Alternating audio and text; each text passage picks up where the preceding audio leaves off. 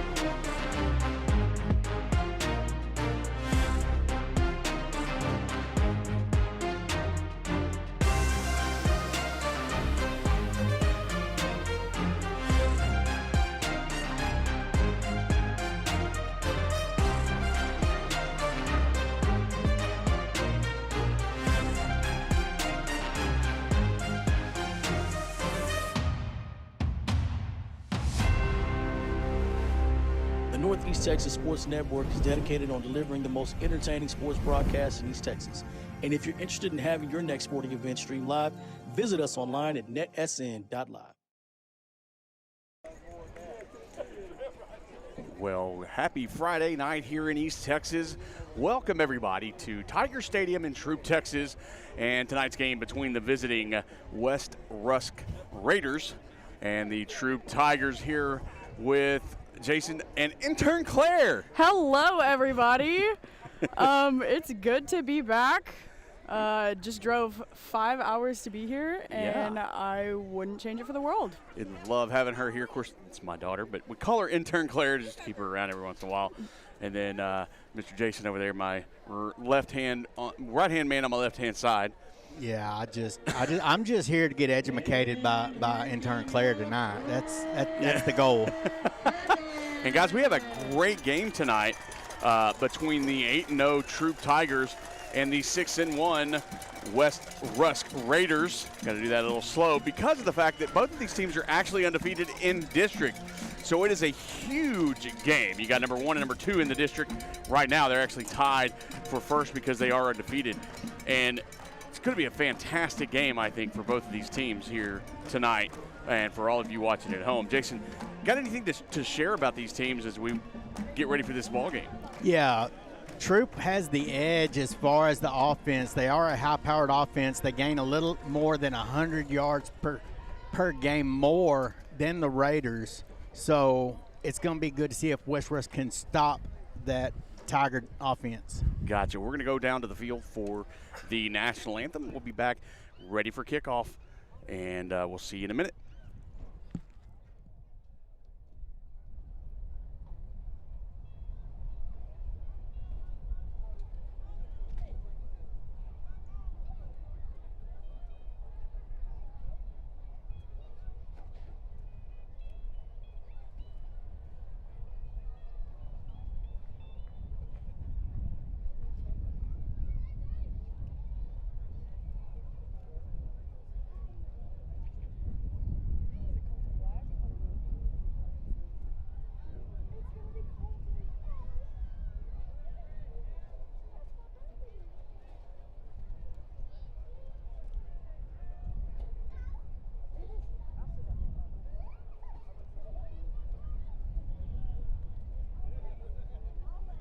Everybody, please rise and remove your caps. The raising of our national flag tonight will be done by the Troup FFA chapter.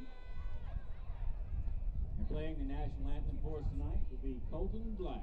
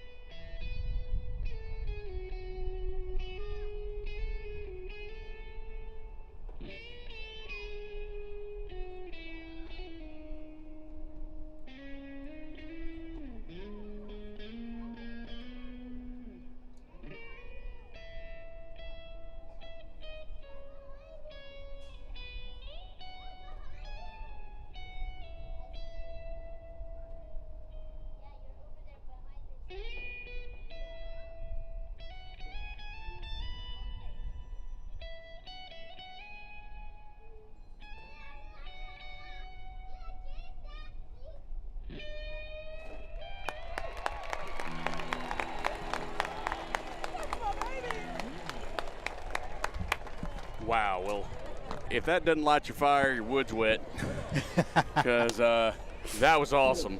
Best one I've seen this season. I mean, you know, national anthem. I not sound bad, but yeah, but that was awesome. Whew, I got chills. All right. Yeah, that just deserves a God Bless America after you hear that one. All right, we got the captains coming out And Mr. Cavazos, what do we got? Who we got out there?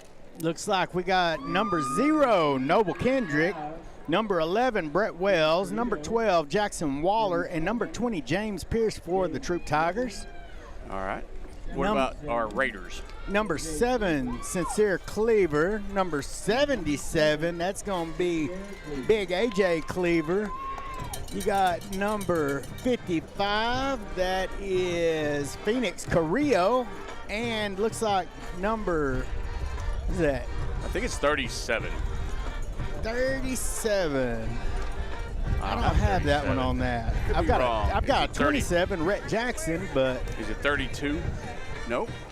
I don't know who that is. I'm trying to figure out who that is. It's hard to read. He's got it tucked up underneath his jersey. It looks like 37 to me, but don't quote me on that one. But we do not have a 30. Oh, yeah, we do. Tucker McCaslin is who number 37 is. Tucker McCaslin. Tucker McCaslin. So we're going to write that one down. So let's see what the coin toss got us. They're going to defer. So Troup won the toss. They're going to defer the second half. Rusk will take it.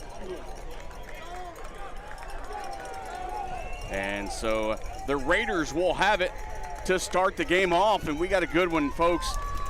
If you're not here and you're watching, thank you for doing that. Go ahead and like and subscribe here on NETSN. Don't miss a minute of action. Go ahead and call your friends and your family. Tell them to get on and watch this game because they don't want to miss a second of fun. I would like to just give a shout out right now to a lovely lady watching at home. A lovely lady. To my mom. Hi, Mommy. I miss you. Oh, okay. That is a beautiful. She ain't lovely. She a beautiful lady. Okay. I'll go with that because normally lovely ladies do not watch us. And of course, you know, she is at home with a young man named Walker. My little brother. So probably being the best young man he can be. All right, here we go. It's about time to get things started as the kicking team comes out for the Tigers. And Anthony Zuniga is there for the kick. It's going to go to the right-hand side. It's going to be taken by Sipes. Sipes goes up the middle. He's going to be taken down at about the 36-yard line, and that's where the Raiders are going to start off this ball game. Yeah, now we get to see if the Raiders set the tone. They have got to show that they are a threat on offense. Like I said, Troup, their offense, you know it's a threat. They usually average, like I said, 100 more yards a game than this Raiders offense, but it is explosive, so let's see what the Raiders can do on this drive. They're going to have it 1st and 10 from the 36-yard line in their own territory. And here comes the offense. Troup trying to keep that undefeated season alive. And the Raiders of West Rusk trying to burst that bubble here tonight as a packed house in Tiger Stadium. Here's the snap. It's going to be a handoff. And that's going to go Dalen Williams. He's going to go nowhere but maybe a little bit backwards. And he's going to lose a yard on the play. Yeah. Go ahead. No, I was just going to say, looks like West Rusk is going to start pretty much in a neutral formation, and Dotson is going to motion for the formation to start and try to catch that Tigers defense off guard. But so far, no such luck. Man in motion. Dotson to the outside, finds a wide open receiver in McCandles. And McCandles trying to push around some Troup Tigers, but he wasn't able to do it. And Brett Wells and company trying to bring him down, but unsuccessful. And gains about 7 yards, maybe 6 yards on the play. It'll be 3rd down and about 4 to go for the Raiders. Yeah, and a good quick short route by McCandless, and good throw by Dotson. Gets them 3rd and manageable. Clock still running as we are going. Man in motion. It's going to be handed off. That's going to go to McGregor. McGregor to the left-hand side. He has a wide open field. Nothing but green grass. And they're going to rush him out of side. Good pursuit angles. As I believe that was that Skillern that ran him down? Or was that Kendrick? Was that Noble Kendrick, I believe, that took him out of bounds, but not before a first down. And they're going to do a hurry-up offense here, Jason, so we're going to go. Dotson in the backfield. He's not going to take anything back, trying to do a slant route to Brown. Cameron Brown unable to reach out and grab that, a little bit too far in front of him by Dotson. Yeah, I think he just didn't let it just develop quick enough. I mean, that Troup defensive line is getting some penetration, so West Rusk has got to shore that front up and give Dotson some time to find these receivers. It's going to be 2nd down and 10. Throw by Dotson. It's tipped and doesn't go anywhere. Number 45, Tanner Wilson with the block on the pass. Good job getting penetration in the backfield by Wilson. Yeah, and he kept the edge. Wilson kept the edge. He saw the pass developing, just threw his hands up there at the last minute, knocked the ball down. Dotson had the receiver there, but good job by Wilson to keep it there where it's at. Now 3rd down and 10. Dotson in the backfield, trips to the right. He's going to fake the handoff, and he's going to keep it to the outside. And nowhere to go is Noble Kendrick. Kind of grabs onto him and takes him down to the ground. Gain of about 4 on the play, but I think this is 4-down territory for the Raiders now as 4th down comes at 6 to go.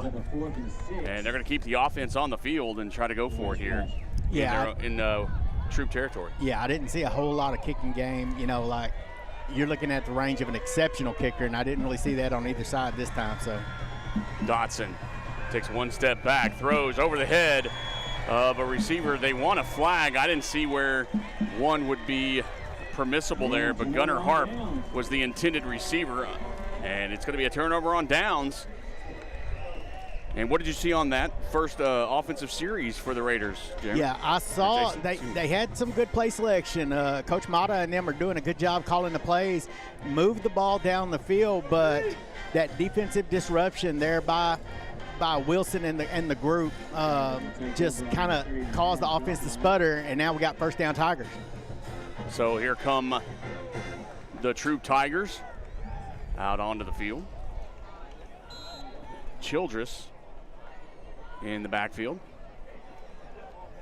That's going to be Blackman in motion. Handoff. Oh, no, fake the handoff, and the slant play is incomplete.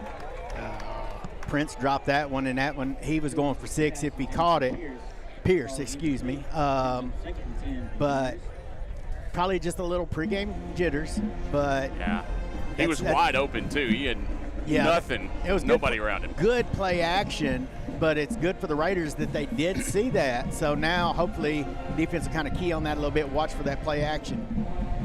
Blackman in motion behind the tackle area. And Childress is taken down to the backfield. Ball's on the ground, and it's picked up into the end zone, and touchdown. Look like Adrian Vargas. That's a touchdown for West Rusk. Yeah, great penetration by West Rusk. They tried to do a naked bootleg, and the end was not fooled. So went to take him down. Ball came loose. Vargas scoops it up, runs in 4-6 for the Raiders. And you at home, it's a little out of here. We are within the crowd, amongst the people. Amongst the people and on the West Rusk side. So it's a little loud over here, so we're going to try to do our best. But 6 points on the board. Point after attempt is coming up. Here's the snap. Kick. And the kick is good. So with 9:35 left in the first quarter, the Raiders lead the Tigers 7-0. We'll be right back. You're watching Friday Night Football on NETSN.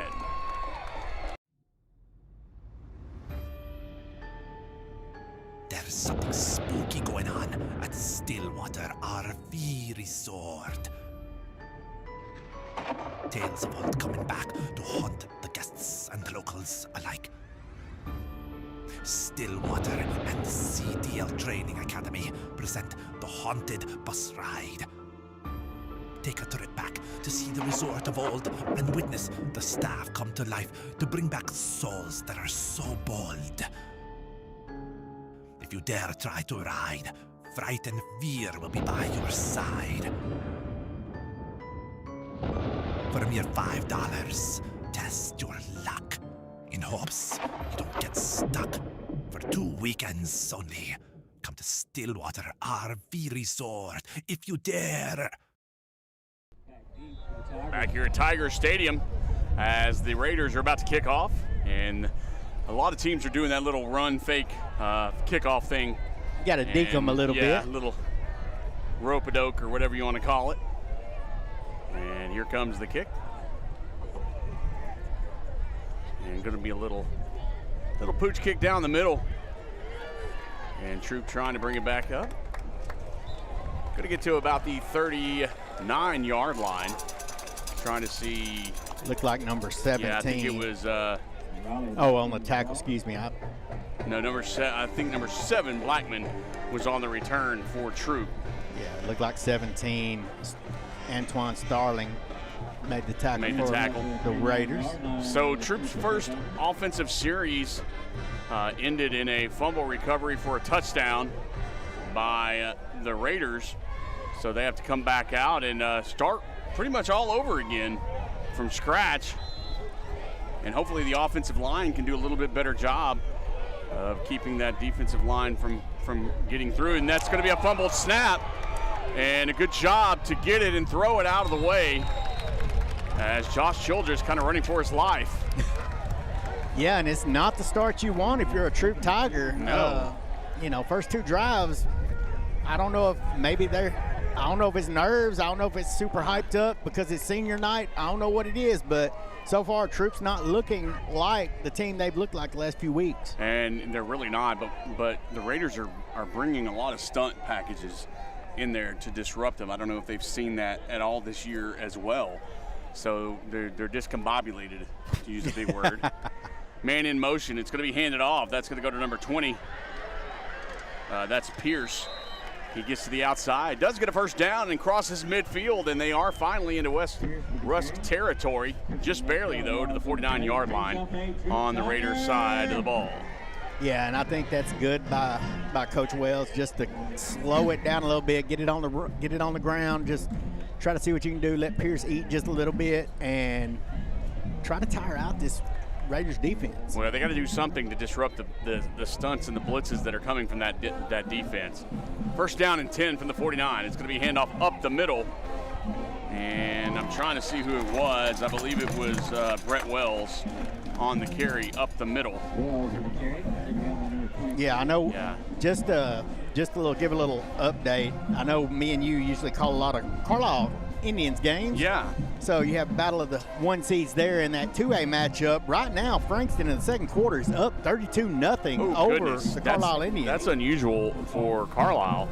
Yeah. But we got second down and 8 here in Troup. Childress kind of giving barking orders there. You got a little stacked trips on the left-hand side, a toss underneath. That's going to be to Holly, and he's taken down in the backfield. Look at Chris.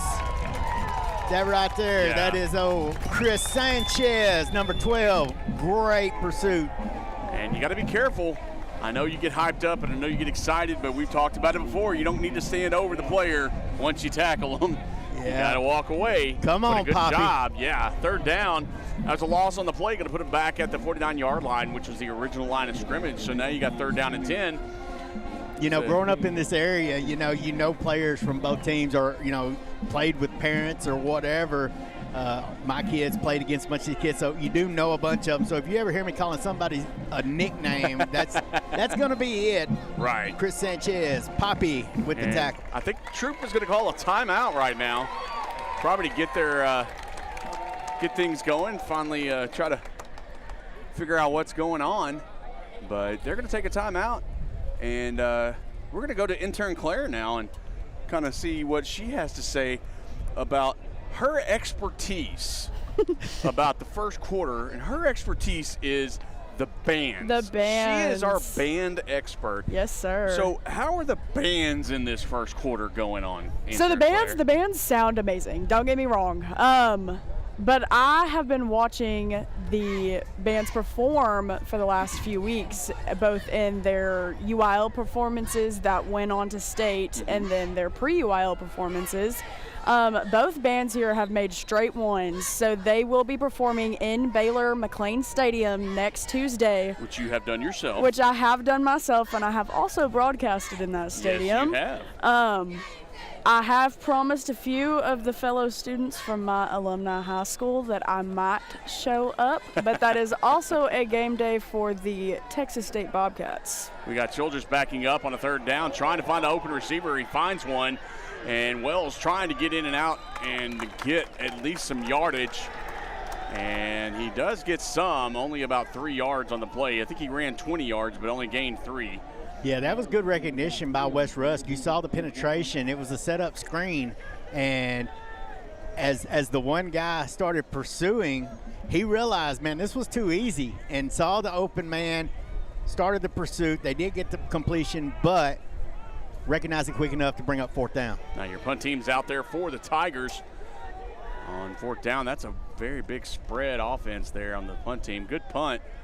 That's going to go to Isaiah Vasquez. He's going to let that go. And not really sure what Vasquez was thinking there. I think he thought maybe it was going to go. No, that was Cameron Brown. Was I? For the Raiders. And I'm sorry. I was looking. Yeah. Yeah. I was one below. Yeah, I think he was. I think he was just really expecting to take a better bounce than that, but a great punt. I think he did. I think he thought it was going to go into the end zone, and it was to the point of no return when he thought about picking it up and was unable to do so. And now intern Claire here in a minute, I'm going to ask her. She's going to be our scorekeeper for tonight. I'm going to have her tell us some scores from other games. That's going to be right up the middle. Good job.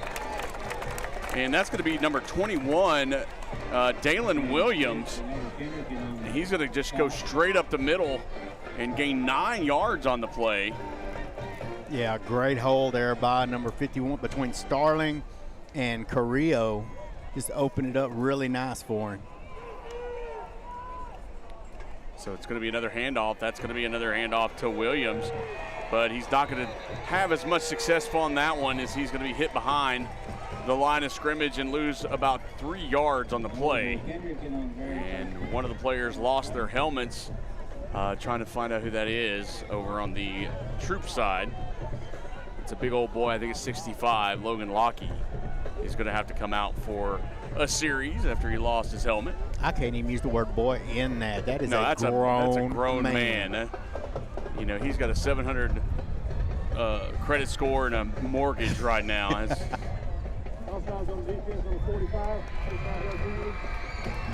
Oh, penalty. So a penalty on Troup, number 45, was offsides. That's Tanner Wilson. So a little bit of a reprieve after a 5-yard loss on that last play. Now they're going to get a 5-yard gain on the penalty.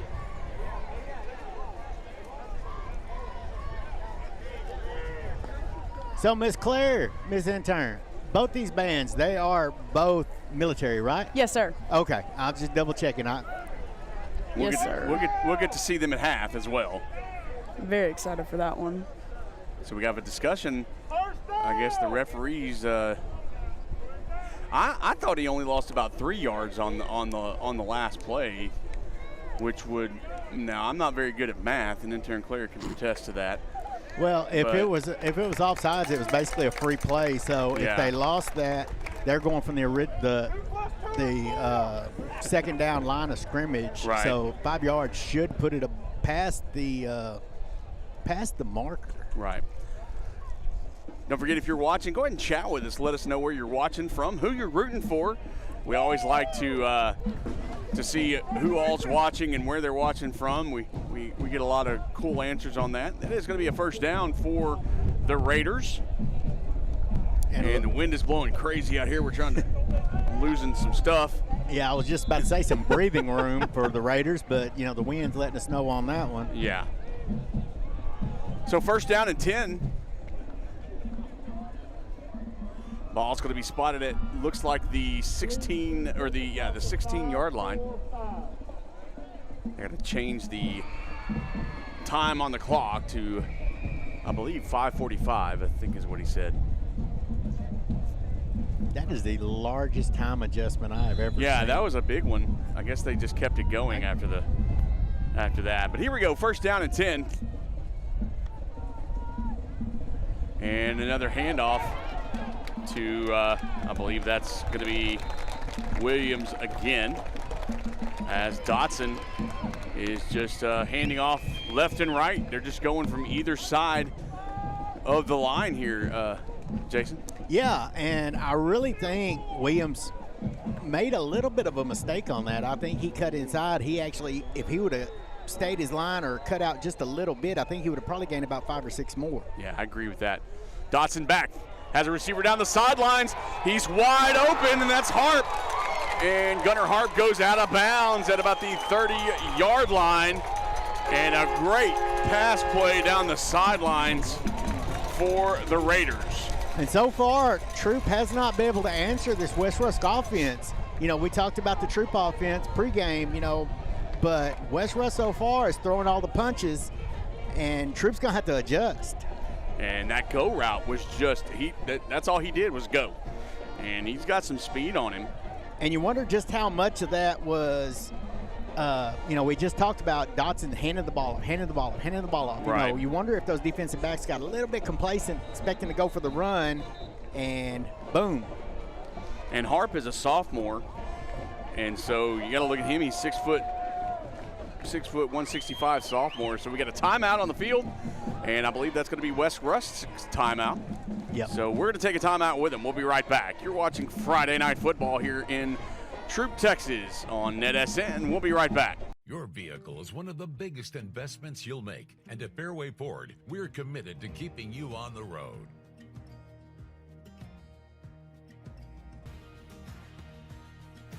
Our service technicians are experts in all aspects of every vehicle we put our customers in. And with our mobile service, you can stay safely where you are. Our team comes to you to fix whatever issue you're having.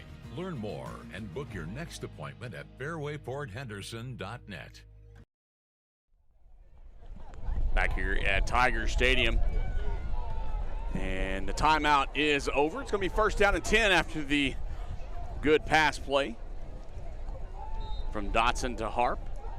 Dotson in the backfield, flanked by Harp and McCandles. It's going to be handoff up the middle. I'm going to help you on that one. McCandless, sorry. McCandless, yeah. Boy, they have to put the extra S in there, don't they? Yeah. Hey, you know, West Rusk Raiders. Yes. You got to have the messes. There you go. No gain on that play. So Dalen Williams in the backfield with Dotson. Twins to the right. I mean the left, excuse me. Handoff up to the left-hand side. That was Dalen Williams on the carry. And not really going anywhere there either, as the Troup defense is starting to get a little wall there. Yeah, Logan Lockey had him wrapped up and wasn't nowhere for him to go. 3rd and 10 for Raiders. So that's going to bring up 3rd down and 10 still for the Raiders. Dotson in the backfield. So you got one-on-one coverage over there with Cam. And Williams still him. Dotson goes to the left-hand side, trying to get a blocker, but nowhere to go, as number 18, Billy Borja, chases him down and goes out of bounds. He gains about 2 yards on that. Sorry to interrupt you on Jason. No, I was just saying you had Cam Brown out one-on-one on man coverage on the outside. I think I would take that chance versus running my quarterback out there solo and hoping for a block. Right.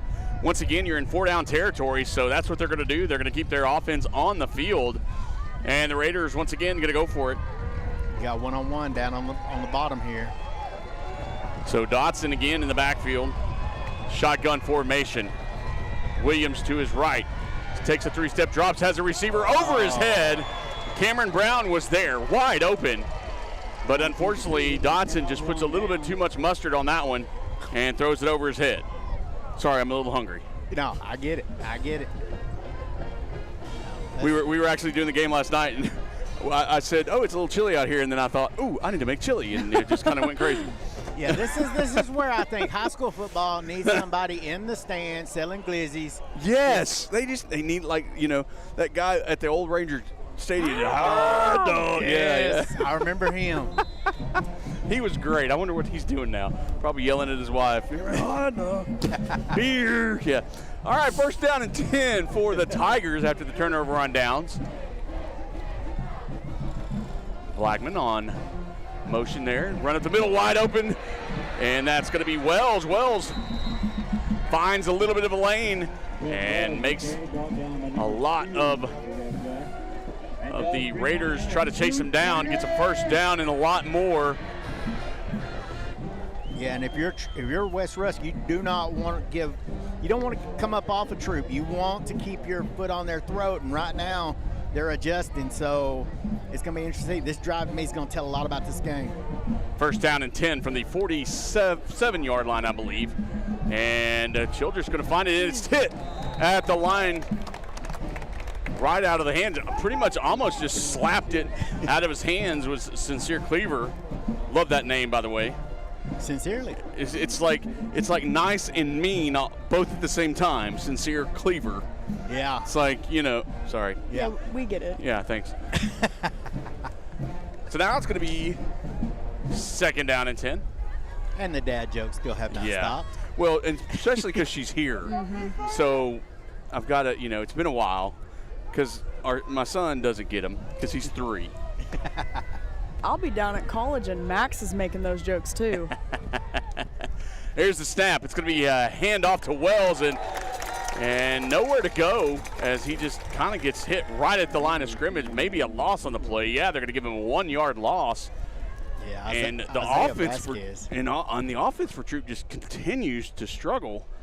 They have bursts of light, and then all of a sudden it's just snuffed out. Yeah, it's an explosive offense, but so far West Rusk is kind of negating that, you know, with that good penetration up front. Isaiah Vasquez went in and just smothered that play before it ever really could develop. 3rd and 11. 3 receivers on the left-hand side.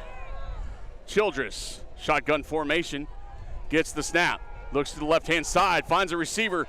He gets one in Pierce. Pierce, first down and about 5 or 6 yards more, and they're in Raider territory moving the ball. And there's that burst of light that they get. Let's see if they can keep it going. Yeah, like I said, they get those great burst plays, and then, you know, so far this game, you know, the wheels have kind of fell off at some point in the thing. Let's see if they can complete this drive and get right back in it. First down and 10 from the 37-yard line of the Raiders. It's a handoff to Wells. Wells finds a hole. He meets about 3 or 4 Raiders and still gains about 3 or more yards. The ball goes loose, but let's see what the referee says. The Raiders says they have it, and the Tigers said he was on the ground, and so does the referee. So that's going to be a gain of about 6, I believe, maybe 7. It's going to be 7. So it'll be second down and 3. Yeah, and sometimes you worry about that, trying to get extra effort, trying to get that little extra yard sometimes because you're giving more hands a chance to get in there and get that ball. Yeah. Man in motion. That's Hollis. Childress finds an open lane, tries to get it, but he goes the wrong way and tries to gain a little bit more yardage. He had yardage and then goes backwards. Yeah, I think if he would have just turned up and just shouldered down, we'd be looking at 1st and 10 instead of 3rd and 1. I think he misjudged the speed of the defender that was coming after him.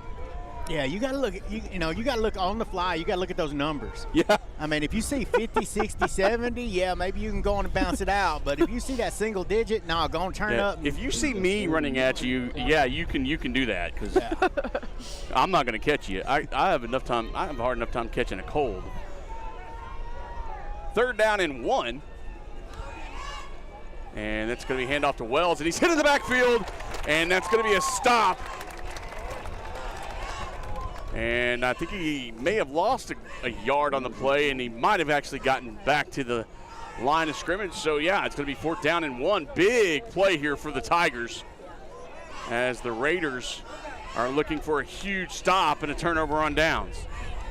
Yeah. 49 seconds left in the first quarter. Childress in the backfield. And a handoff. Wells finds a hole and gets more to the 5, 10, 5, end zone, touchdown. Tigers, no laundry on the field. And a great play. They thought he was going to go right up the middle, and he just goes right off the tackle on the right-hand side for a touchdown. Yeah, it looked like that, you know, they built up the box, and it looked like everybody pinched the middle like we were fixing to do a tush push. Yeah. But once they did that, they saw that seam open up, and there goes Wells for 6. And I think that's what they were expecting. I think they were expecting Childress to hold the ball and go straight up the middle, or even Wells. Here's the kick, and it is up by Zuniga. No good. No good. And so just like that, Troup is on the board, but they're still trailing 7-6 with 34 seconds left in the first quarter. We'll be right back. You're watching NETSN. The Friday night lights are shining, and we are teaching driving. CDL Training Academy is your resource to a better career. Come and get trained and get tested right here in Henderson, Texas. CDL Training Academy. Visit our Henderson, Texas office or online at cdllearn.com.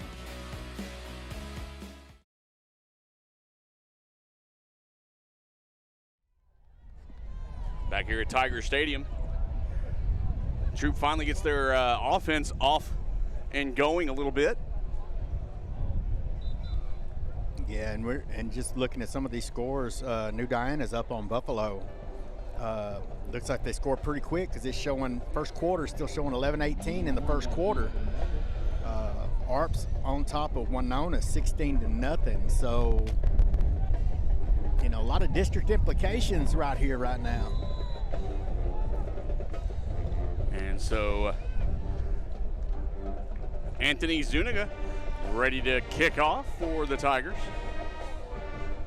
Raiders ready to take it as Cameron Brown's back deep. He's going to take on the far left side around the 20-yard line, and his return is stalled as the turf monster kind of grabs him and takes him down before some of the Troup Tigers can grab him. We want to thank you for watching tonight. Go ahead and thank you for chatting as well. And we got some people talking to us and trying to see Gold Rusher talking. And Laura saying, go Raiders. Gold Rusher saying something about, I think the announcers are going to adjust as we go forward tonight. I don't know what we're adjusting, if you're talking about us. But I appreciate you watching. It's going to be 1st down and 10 from the 18-yard line. And not sure what's going on, but that's going to be up. Taylon Williams on the carry. I think everybody was expecting a flag, a whistle or something, because somebody moved. I think just about everybody moved but the ball. And even the fans are wondering what's going on as well. I did see something move as well. And it was funny because Gunnar Harp just kind of stopped and looked around just wondering what was going on. But that's going to be the end of the first quarter. So that's the end of the first. Troup 6, Rusk 7. And we are here in Troup, Texas for a wonderful game that's gotten going. Hey, call your friends, call your family, let them know we got a good one going on here in Troup. Tell them to come to NETSN, watch it. We'll be right back. Don't go anywhere.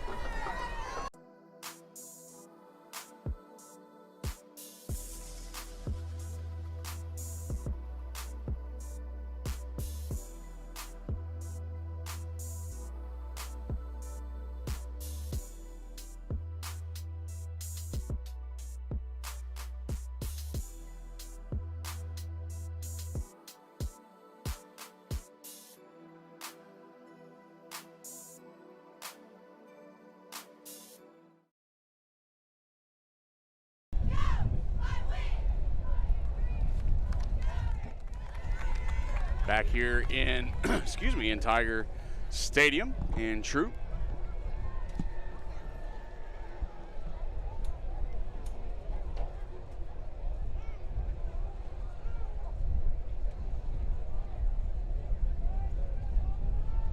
And here comes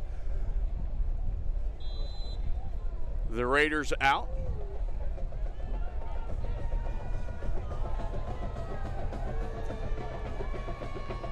Starting the second quarter here in Troup. Dotson in the backfield. It's going to be a handoff. And again,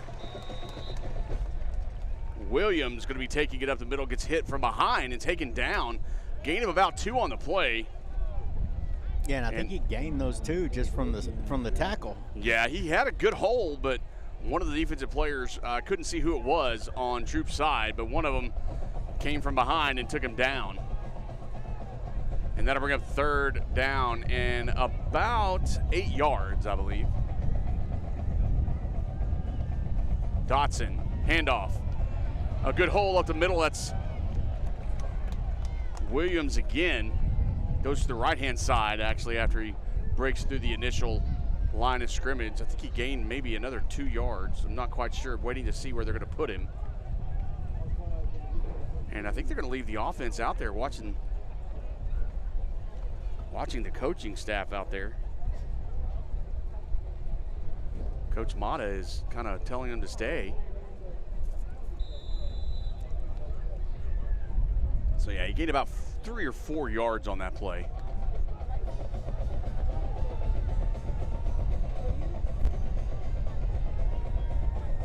Oh, so now it's third down. I'm looking at the side guys, but he had the wrong one. So now it's third down and about 3. Dotson with a handoff again. A good job by Williams to try to get away, but he didn't get away fast enough as one of the Tigers grabbed a hold. I'm trying to see who that was, Jason. Who was that? I couldn't tell you exactly who it was. I'm watching him to see if he turns my way. That's going to be number 8. And that's Luke Skillern. Skillern was the one who just initially grabbed a hold and did not let go. Yeah, I was looking. I made a comment because I almost looked like they had face mask, but he had down there just below the mask at the jersey. So good job by the Tigers. Brings up punt situation. 4th down and 15. The punt team. This is the first time we'll see the punt team. And it looks like Cameron Brown is going to be punting.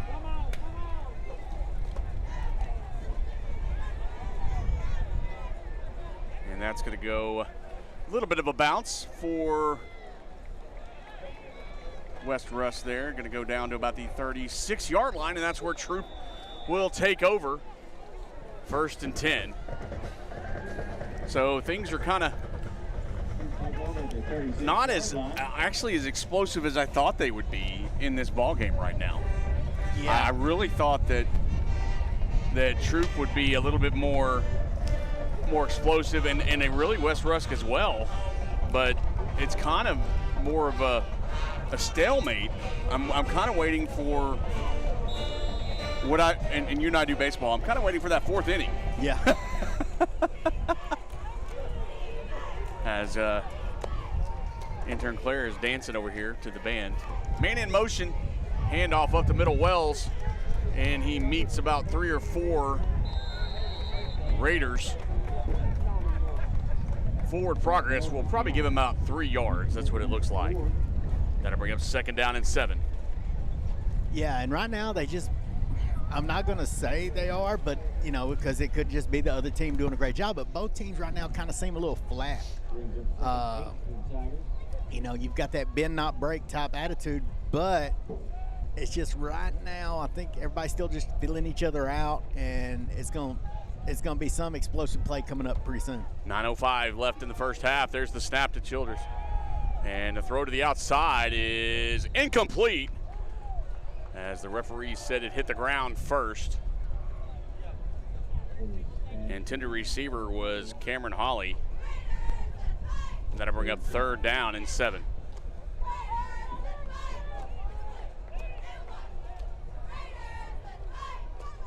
Raiders defense, they're not really doing as much blitzing as they were earlier in the ball game. at the very beginning. They're really kind of holding their water. They're staying back, being a little bit more cautious. Trips to the left. And a throw to the outside, has a man. And he's going to get that first down. That was James Pierce on the reception, and gets a first down for the Tigers. Yeah, and if you saw, West Rusk brought a linebacker, brought a blitz, and they just threw the outlet pass to Pierce. And Pierce has killed him on that so far this game. You know, when he does make that catch on the outlet, he is explosive and can accelerate quickly. So good job by the Troup offense, kind of taking advantage of the aggressiveness of the West Rusk defense. Twins to the right, Childress in the backfield, Wells to his left. Blackman in motion. Handoff to Wells. Wells finds a hole. Goes to the outside, gets into Raider territory, down to about the 45-yard line. And looks like a gain of 7 on that run. 8:07 left in the first half. Yeah, Caden Landon caught an ankle and was not going to let go. And if he did, Wells was going for 6. But good tackle by the young man there. Second down and 3. And a fake handoff. Go to the outside. That's a completed pass to Pierce. Pierce does a little out route at about the 40-yard line and makes the first down. And the catch, there's that pitch and catch that they've been doing. But that one was actually further down the field than it's been in the past, so good job by the Tigers to get a first down. And really, West Rusk needs to go back to that stunt and blitz package that they had at the beginning of the game. Yeah, and they need to account for Pierce when they do it. That's going to be a toss play to the right-hand side. Little shimmy shake by Holly. Holly still going. Taken down at about the 5-yard line. Maybe they're going to spot him at the 6. And a first down and more. Yeah. And Cameron Holly came out of nowhere. Yeah, and they need, West Rusk, if you're a defense, you need to focus on the tackle. Let the second man, let the third man go after the ball. Those primary tacklers, those ones that were coming in and making the hits, they were trying to rake at the ball, and you're just giving a runner like that a chance to spin out and just make something happen. So it'll be first down and goal.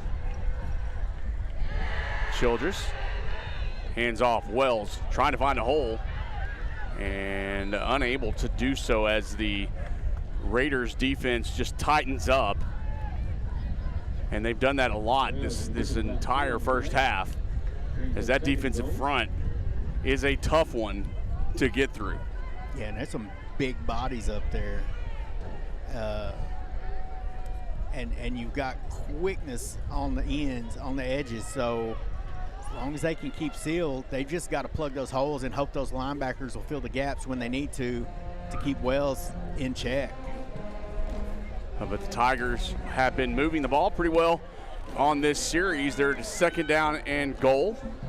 And a handoff, another one to Wells, trying to find a hole up the middle. And I think he gained a couple of more yards, possibly.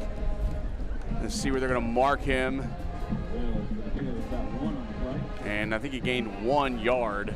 And it's going to be third down and goal from the 5-yard line. So now do you continue to run it, or do you look for Pierce or somebody out in the flat and see what they can do? Well, they're bringing Cameron Holly in because he's been out. They're in a tight formation. And they're going to roll Childress out to the right-hand side. Has a wide-open receiver. That's going to be Cameron Holly, and a touchdown for the Tigers. And he just snuck into that open spot. Somebody lost their guy, and result of that, 6 points. Yeah, he does a good job of just kind of bouncing right out of there. And it's a good throwback. Your outside linebacker on that side was, I think, King to the opposite side. Yeah, and you know, and a lot of that, you know, you talk about Brett Wells and, oh, he gained 1, he gained 2 and all that, but that is loosening up that secondary, loosening up the flat area. Yeah. So here's your 2-point conversion. Childress trying to find a receiver and throwing to the corner, and it is caught. James Pierce with the 2-point conversion catch, and that's going to put the Tigers up by a touchdown. great play, great possession catch by Pierce. You know, it's hard for us to see it over here. Referee was right on it. Best I can assume is he saw him get 1 foot in bounds, and that's all you need in high school football. So with 5:17 left in the first half, the Troup Tigers lead 14-7 over the Raiders. We'll be right back. Don't go away. We would like to thank Christine Vasquez, CPA, PLLC, the official accountant of NETSN. Have you sustained a bone, joint, work, or sports injury? Problems with mobility or movement? Suffer with pain? Contact Azalea Orthopedics. Our specialists serve patients across East Texas. For proven, trusted medical care, you have a choice. Demand Azalea. Back here in Troup. Got a great game here, folks, between two great teams from the same district. Both of them undefeated in district, so unfortunately somebody's going to have that one loss going home.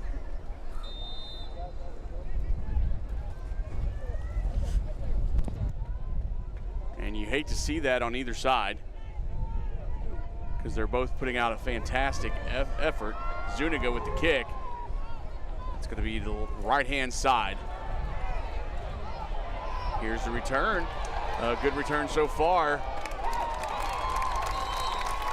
And I believe that was McGregor on the return.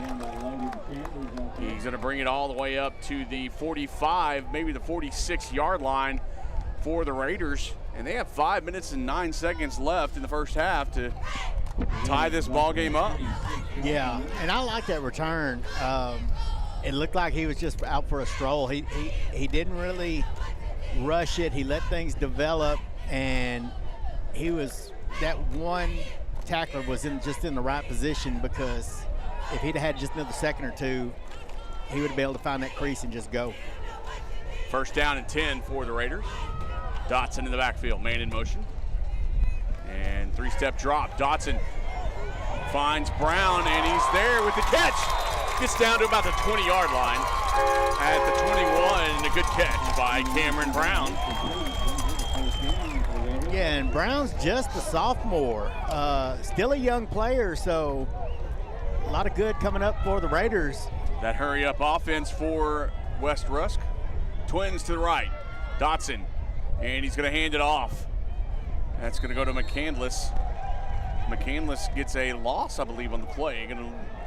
They're going to give him that right up to the line of scrimmage. And a flag on the play. And I believe it's going to be on Troup. A personal foul, I imagine. Actually, maybe, I don't know yet. They're discussing.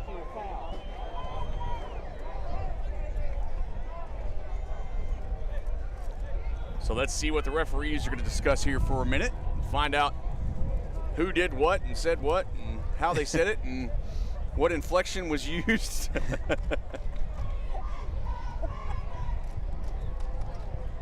Personal foul against West Rusk. Oh, they're going to call it on West Rusk, and I guess that was Cramen Brown. Oh, they offset. They declined. Oh, okay, it was on both of them. Yeah, they put it on both. Yeah, and that was going to be Cameron Brown, number 1, and I believe is it number 5? Is it 5 or 6? Number 6, Waylon Hurst. And I think we're going to have a official timeout. I don't know what they're doing. I think he just wanted to be heard. That referee on the far side hadn't blown his whistle yet. So here we are, second down and 10. Dotson in the backfield. McCandless to his left. Two-step drop. He's pushed out of the pocket to the left-hand side and tries to find a receiver.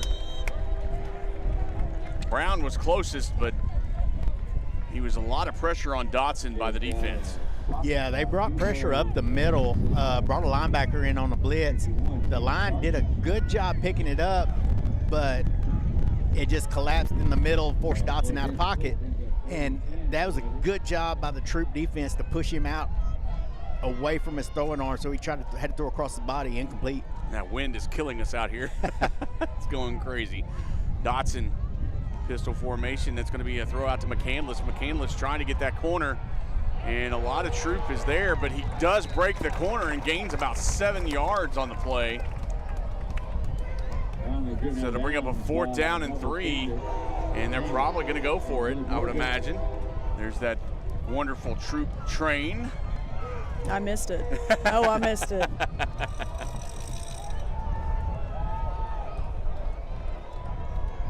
Yeah, if you haven't driven through this town in Troup and been caught by the train, you just haven't lived in East Texas. Oh, yeah, because you're going to be there a minute. Oh, yeah. 4th down and 3. Or if you're late for school. The Raiders are trying to get it. It's going to be a handoff up the middle to Williams, and good penetration by the Tigers. And they make a fantastic stop, and that's going to be huge for the Tigers. Not something West Rusk needed in this spot with 4:12 left in the first half. They really wanted and needed to make a first down on that drive. Yeah, and I don't, of course I don't get paid to coach, but I really just wonder, why run up the middle? They had the box full. Why not try that outside edge again? Try to hit that edge, get off that tackle, and fight for those 2 or 3. And that's unfortunate for the Raiders. They did a great job on that offensive series and just came up short on that play. 1st down and 10 now for the Tigers. It's going to hand off to Wells. He's going to go up the middle. Gain of maybe 2. They're going to give about 3. And it'll be 2nd down. Don't forget to stay around for the halftime show. You'll get to see both the bands. I know that intern Claire is looking forward to that. Unfortunately, we're on the visitor side, so you'll see the back side of the bands, but you'll still get to see them. They all sound good either way. Yes, they do. We apologize. We are outside, and it is very windy, so we're going to have to deal with the elements. Handoff again to Wells to the right-hand side this time. Another gain of about 3. Brings up 3rd down. Good job by Logan Lockheed to set that edge. I believe that was number 2. I'm looking at the Troup one. Tucker Heathcote set the edge and turned it back into the pursuit. So good defensive play keeps them from that 1st down. Now you're starting to sound like me. Fakes the handoff as Childress throws to the outside. Goes out of bounds. I'm trying to see who that was. Is that number 2? So that's Cameron Hawley. Or Cam, excuse me. We call him Cam.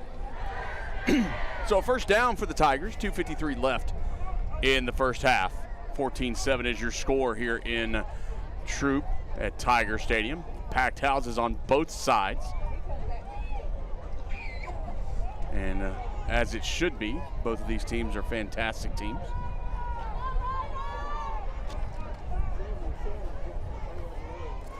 Childress rolls to the right side and is pitched. A good catch. And it was pitched out and he was hit right as he hit. That was Holly who was hit. No, I'm sorry. That was Holly who received it. Holly gave the hit. Yeah. Good hit by Cameron. Or excuse me, no, Holly received it. Holly received it, yeah. I'm looking at Cameron Brown delivered a great hit for the Raiders. And now you're starting to sound like me over there. Man, I'm all twisted up right now. Come on now. I'm the one who's supposed to be, weird sounding here. 2nd down in Jacksonville. Long. Going to have a timeout called by Troup. That'll be their, I believe, 2nd timeout. And they still got the 2-minute timeout coming up. Oh, yeah, we got the 2-minute warning. See, I was trying to word it all nice. It's the 2-minute warning. Don't give me that. They have that, yeah. You know my rule. They need to have it in time. If they're going to have a 2-minute warning, and I've said it all year, if they're going to have a 2-minute warning in football now, they have to have a shot clock in high school basketball. I'm just saying. Yeah. UIL's not going to listen to me.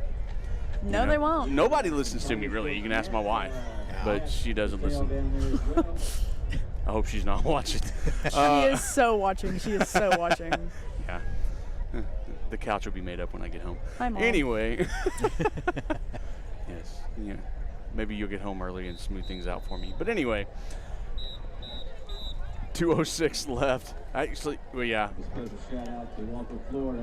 Anyway, second down.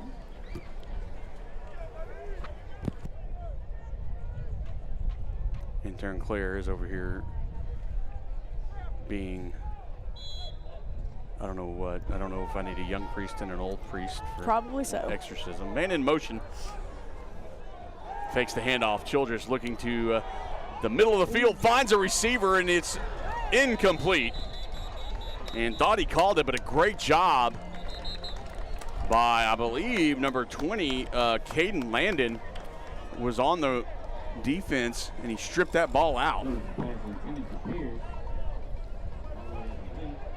So that'll bring us to the 2-minute warning. So we're going to take a break with them. You're watching Friday Night Football on NETSN. Don't go anywhere. We'll be right back. Your vehicle is one of the biggest investments you'll make, and at Fairway Ford, we're committed to keeping you on the road.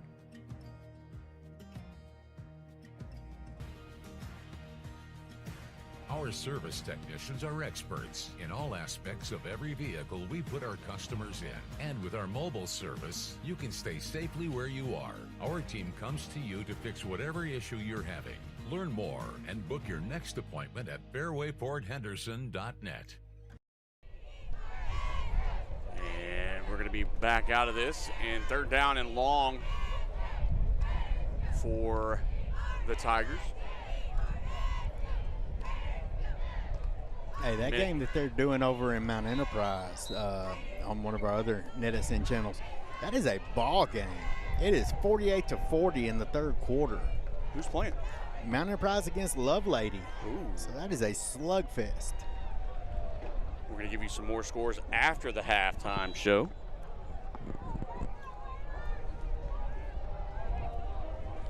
So we're back, third down, and 15 to go.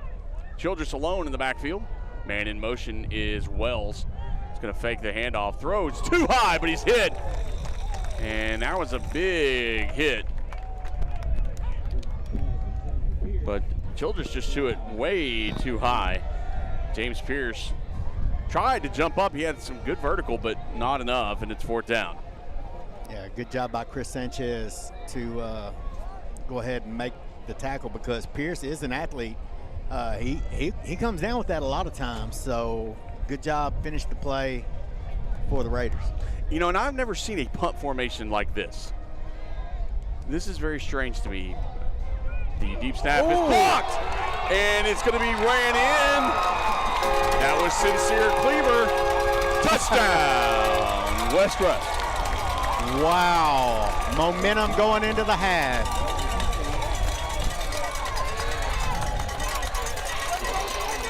And that's been West Rusk. That's been their two scores have both been on plays like that. Defensive plays, special teams. So, yeah, they haven't scored an offensive touchdown yet, but a good block, and it was the deep snap was just off. It was, and I'm a deep snapper. My heart breaks. But that was just a bad situation, but a great job by the Raiders to do what needed to be done. That kick is blocked, and oh wow, in there for a 2-point conversion. That was number 0, Isaiah Vasquez, who had the situational awareness to catch the ball. They're discussing it. I'm not going to make a move yet until I see or hear it finalized. I don't know if it hit the ground or not. Well, I think they're trying to see, was it blocked or was it just kicked into the back of the line? Because it was a low kick, but I don't know if that even makes a difference. I don't know if it was blocked or if it hit. Yeah, nope. Okay. I think it may have hit one of the helmets of somebody, but yeah, it can't. And Coach Mata is having a conversation. Yeah, I think the kick, and I'll have to look, but I think the kick went into the back of the offensive line and bounced down and then bounced off somebody, and then Vasquez did a good job. You see a loose ball, you grab and you go. Well, yeah, he did exactly the way you're supposed to do it, but unfortunately it was one of those situations where it hit another player first. Yeah, and if it hits a Troup player, it's game on, but right. I think it hit hit one of his players first. And with that, it's going to be 14-13. A minute 50 left in the first half. Troup with 1 timeout left in the half. The Raiders with 2.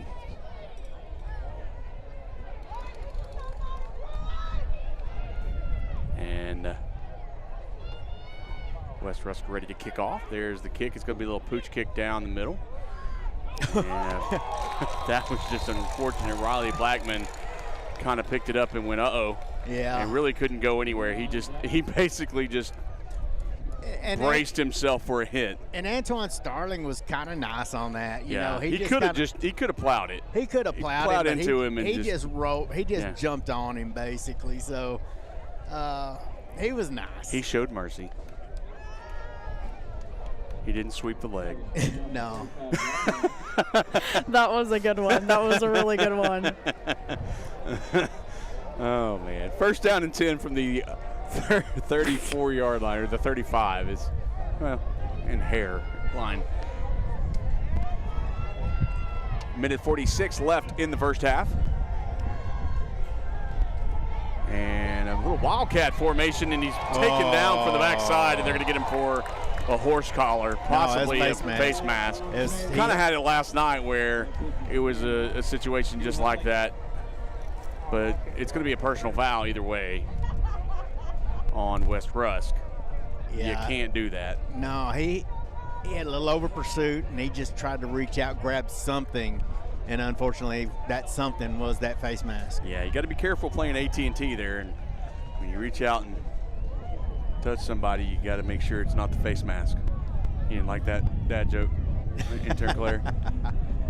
You know, no, I didn't like that one. She's off at college, and I don't get a chance to do these jokes, and I miss the looks, honestly. It's the look of bitter disappointment, and no, Dad, don't ever do that again, Dad. That's what keeps me going. And then he still does that. I still do it. So first down and 10 after the penalty markers is marked off. Man in motion. Fakes the handoff. Pass to the outside over the head of Cameron Hollis. Or Hawley, excuse me. Yeah, went right through the hands. And Childress just puts a little bit too much. He's got a good arm, but he just can't. He just got that power in it. Yeah, and I mean, it's almost you can't win for losing on that, because you want to get it to him because he's open at that point, and you had good pursuit, good closure by Harp and McGregor, but. And I agree on the chat, that was bad. Handoff up the middle, and I believe that was Wells. He doesn't go down, he just stays up and just kind of stares at him like, all right, next. 3-yard gain, minute 21, and counting.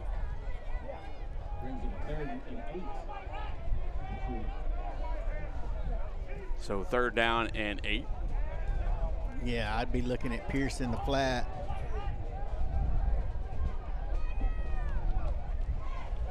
And they're going to throw out Pearson flat. There he is, going to get around the corner, and he tries to dive over and trying to see who that was who took his legs out from underneath Pierce. Was that Cleaver? That was made no. I believe that was number 12. That was that's Chris Poppy. Sanchez. That was Poppy. Yeah, that was Chris Sanchez. He did sweep the leg. He did. So it'll be 4th down and about 4 for Troup, and that's going to be a free play, but they're going to blow the whistle. It's going to be an offsides if they call it that. I'm waiting on the call. You know, I've said that before, and I've been wrong. And that's rare. Yeah. Yeah, I'm getting that look again. You get the eye roll. I got that. Yeah, I got that. I felt that eye roll. I mean, one eye over here almost hit me on its way around. All right, waiting on the call from the white hat.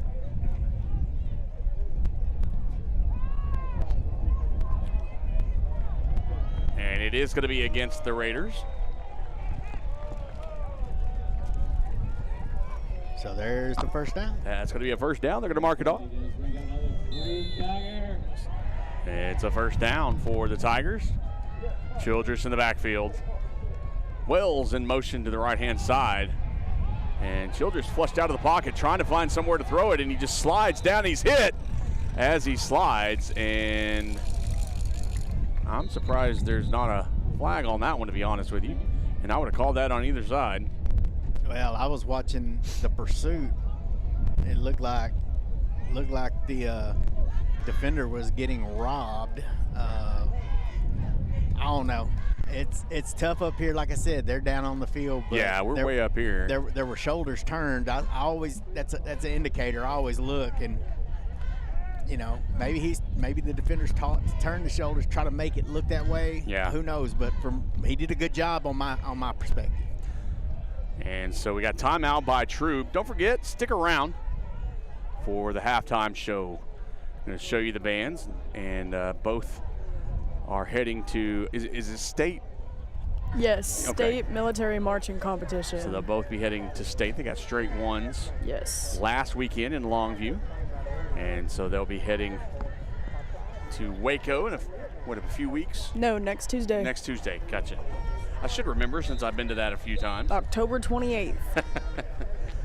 And so you'll get to see those two wonderful bands performing at halftime, and then we'll come back for the second half of the game and also catch you up on some East Texas scores from tonight and last night as well. A lot of games were moved to last night because of storms throughout the East Texas area tonight. Man in motion. And a pass, beautiful pass down. Oh. And Cameron Holly was the intended receiver and just over his head. And once again, a little bit too much oomph on it. Yeah, but that was almost right where that pass had to be. Good coverage by the Raiders. 2 men on him. It had to be past him, and just, you know, if he'd have caught it, it'd have been a spectacular catch, and we'd be talking about that for a little bit. But instead, we're at third down. 37 seconds left in the first half. I apologize, I forgot to update the quarters. Since we're on the visitor side, I don't have our cool little mechanism that we can hook up to the scoreboard. Pierce on the carry. Hang on, there's a flag down. Right here, the ref. The White hat himself threw this one. It must be important then. Illegal motion against the offense. They're going to back it up.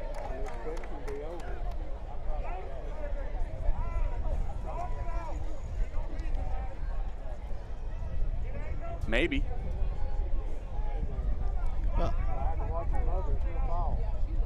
Well, I'm just like. They have more talks than the ladies on The View. Good Lord, they need to figure out what they're going to do. Let's go. I think they just want to chat. I think so. They just want to see how everybody's doing. Yeah, how's your mom and him?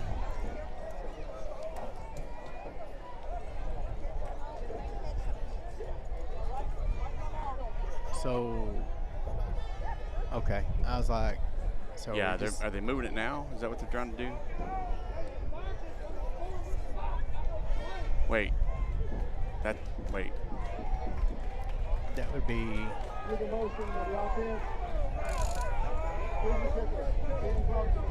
See, So there were 2 penalties? No, but the Raiders fans are getting upset because it was like they weren't moving the ball. But what the ref was doing, the back judge was doing, was he was setting it at the original line of scrimmage prior to marking it. I got you. Moving it back. I got you. 33 seconds. They moved it back. It was at 20. Well, now they're moving. What are they doing? Ooh. It was at 26. Now it's at 23. They moved it to 33. Now it's back at 23. I don't know what they're doing. So 23 seconds left in the half.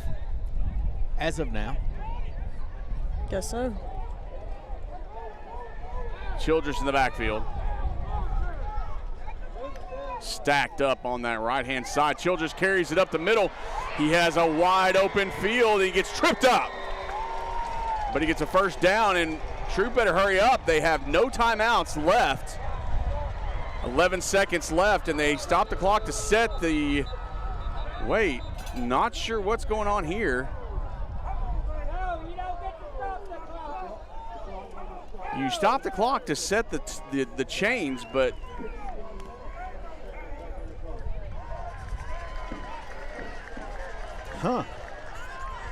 so I'm not quite sure what's going on here. That was the weirdest thing. Now they're starting the clock. Now they're stopping it again.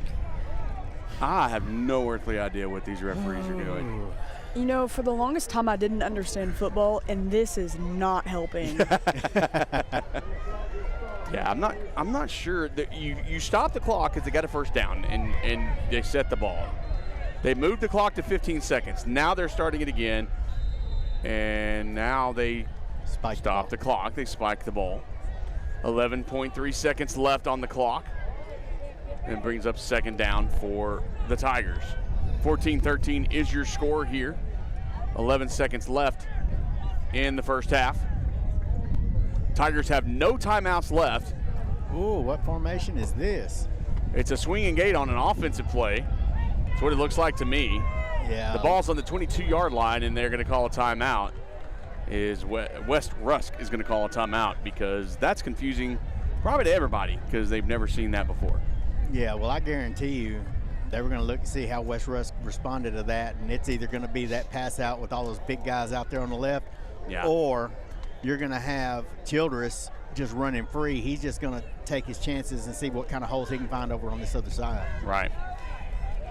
And so that was a timeout by the Raiders. So I'm anxious to see what they're going to do. I mean, you can't run the ball because you're going to lose too much time. You have an opportunity to throw it at least twice, depending on how it goes. So do you use,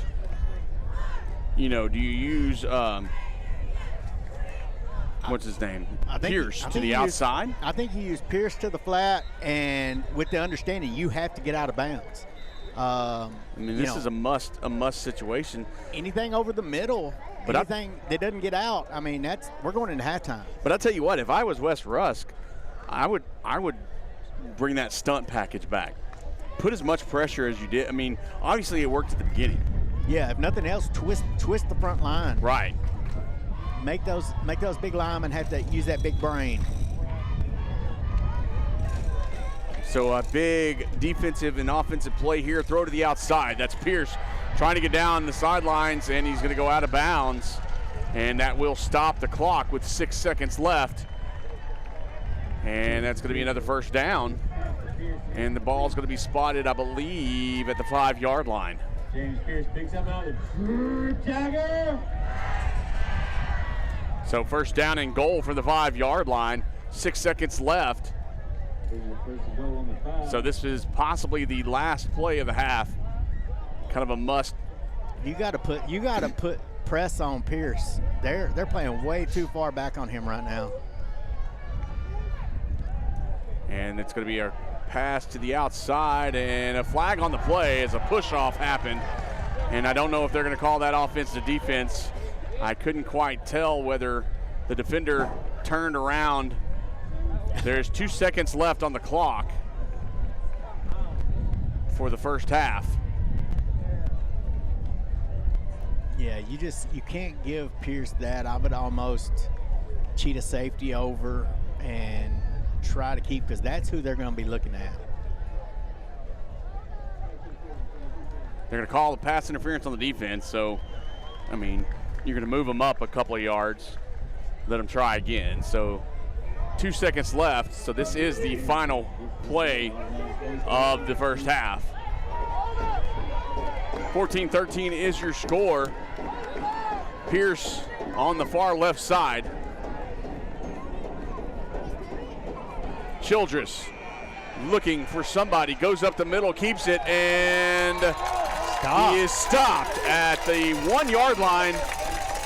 And so a big stop by the Raiders. Great Troup tries to get in. A great stop. Great job by Comantre McGregor out there on Pierce. Pierce tried to break in and then flare right back out, tried to zag back out, and he was not there. McGregor did not bite and gave Childress nothing to do but try to find something up the middle. So a good job by both teams. Man, that was exciting on both sides. 14-13 is your score here at half at Tiger Stadium. And now it's time for the halftime show, which is intern Claire's favorite part of the game. Yes, it is. All right, so we're going to let you go, and we'll be back in about 28 minutes. We'll see you then. Enjoy the show.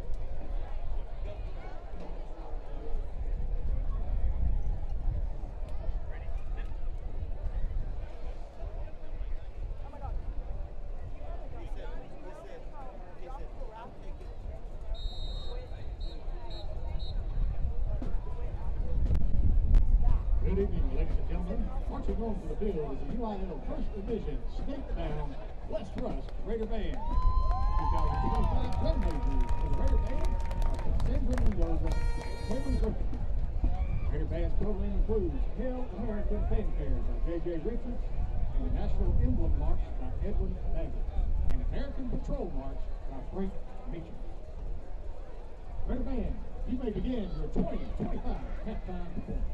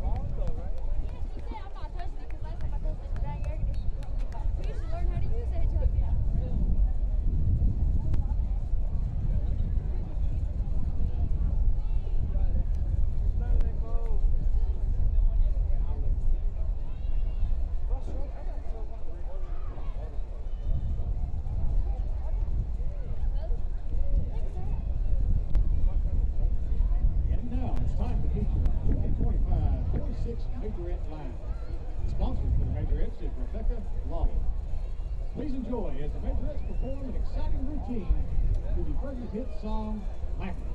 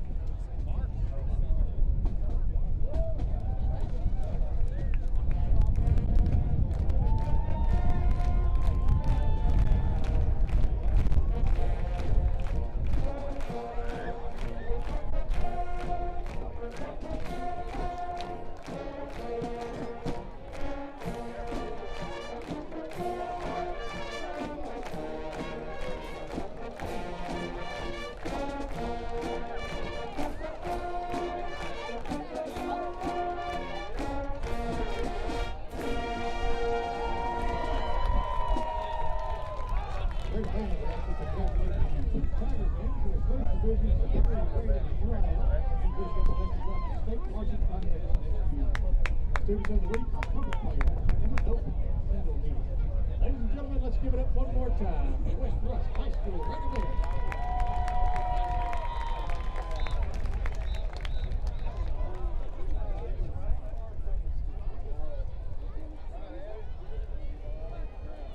Good afternoon, ladies and gentlemen. The Troup Independent School District proudly presents the award-winning Troup Tiger High School Band and Majorette.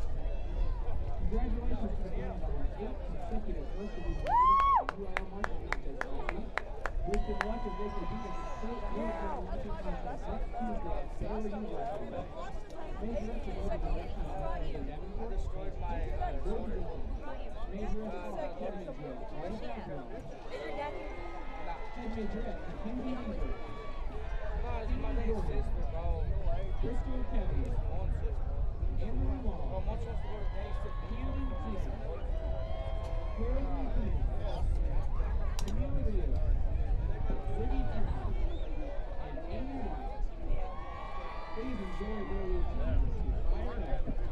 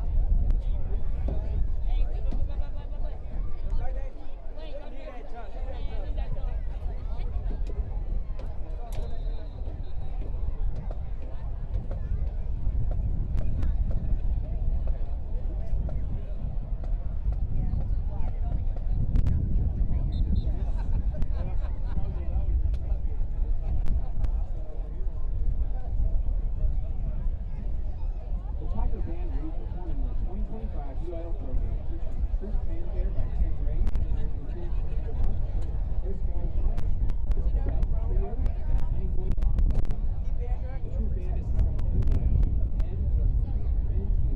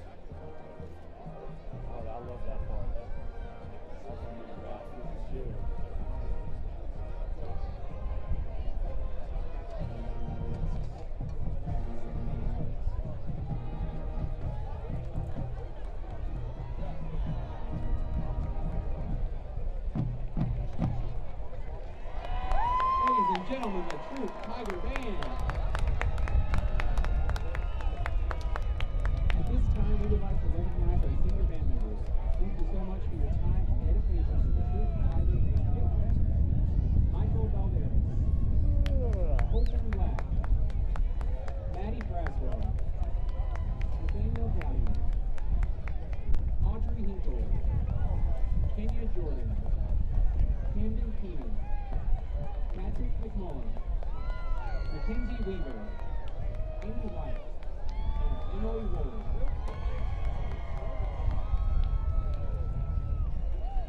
And now the announcement of Band Beau and Band Sweetheart. The Band Beau is Colton Black. The Band Sweetheart is Kenya Jordan. Congratulations.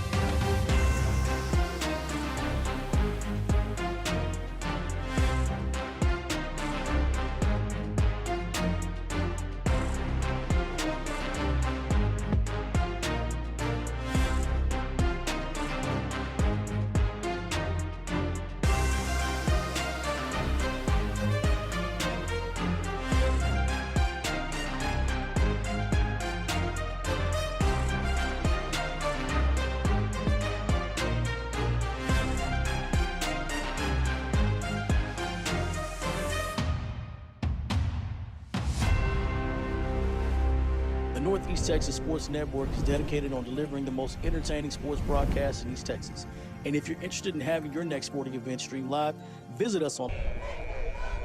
And we are back here in Troup, Texas for the second half of the ball game. And yep, the wind is still going, as you can hear. Trying to change the half here. If it'll let me. Jason, you want to talk us through real quick while I figure out what's going on with our scoreboard here? Yeah, just a quick pooch kick by the Raiders. Picked up by number 80 there for the Tigers. Logan Chambers just fell on the ball. Gives you first down for the Tigers at the 35-yard line. I think the key for Troup is just going to be consistency this half. West Rusk has got to get something going offensively. Both their scores have been on defensive plays, so let's see what the Troup offense can do. Handoff out the middle. Oh, breaks a tackle. Brett Wells still on his feet, finally brought down at about the 36-yard line, so almost a flip of the sides. Went from the 35, they're on 35, down to the 36 of the Raiders. Childers back, take the snap, handoff at the middle again. That time Wells doesn't get but maybe about 3 up the middle. Maybe 4. Brings up second down.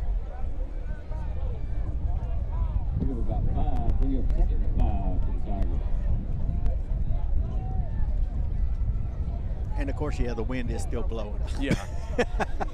I'm like, wow.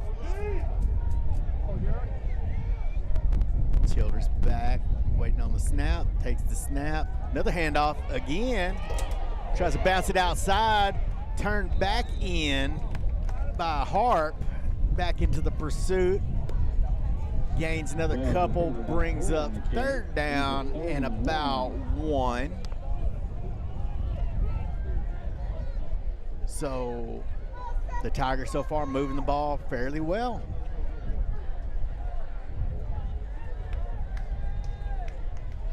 Childers takes the snap, handoff up the middle to Wells. Wells looks like he's close to the first down marker. They're going to go ahead and give it to him, it looks like. Yep, they're moving the chains. I got it now. I don't know what was going on. I had to reset it. But we're good to go. Sorry about that, guys. It wouldn't let me make any changes, so I had to reset the entire scoreboard on their screen, but now we got it. All right, here we go. 10-12 left in the third quarter. Childers in the backfield. He's going to toss it, and a hit in the back. Nowhere to go. Isaiah Vasquez says hello, introduces himself. Yeah, and I believe that was Cameron Hawley on the carry. Yeah, he just tossed it to Hawley, and Vasquez was just, hello, how are you doing, and just swallowed him. And we want to thank you for watching. We got some chat going on here. We've got somebody watching from Dilley, Texas, saying let's go Raiders. Dilley. Got a second down and 10 for the Tigers from the 25-yard line. Childers throws to the outside, and incomplete pass. Pierce was the intended receiver, and I believe number 7, my favorite name here, Sincere Cleaver. No, that was 2. Was that 2? It looked like number 7. Oh, okay, number 2, sorry. Tucker Heathcote, he had great position on that. I almost, it's easy to say it from up here, but, I almost wanted to break to the ball. I think if he'd have broke to the ball at that point, he would have been going for a little while. But he had great inside position on the receiver. And we got more Raider fans on the chat. I'll tell you that here in a minute. Childress in the backfield. And a fumble on the carry, or on the exchange there. And good awareness by Wells to jump on it and get it back. Got somebody from Longview, Texas. Says welcome, or watching from Longview, Texas. Let's go Raiders. And let's go Tigers, watching from White House. Headed back.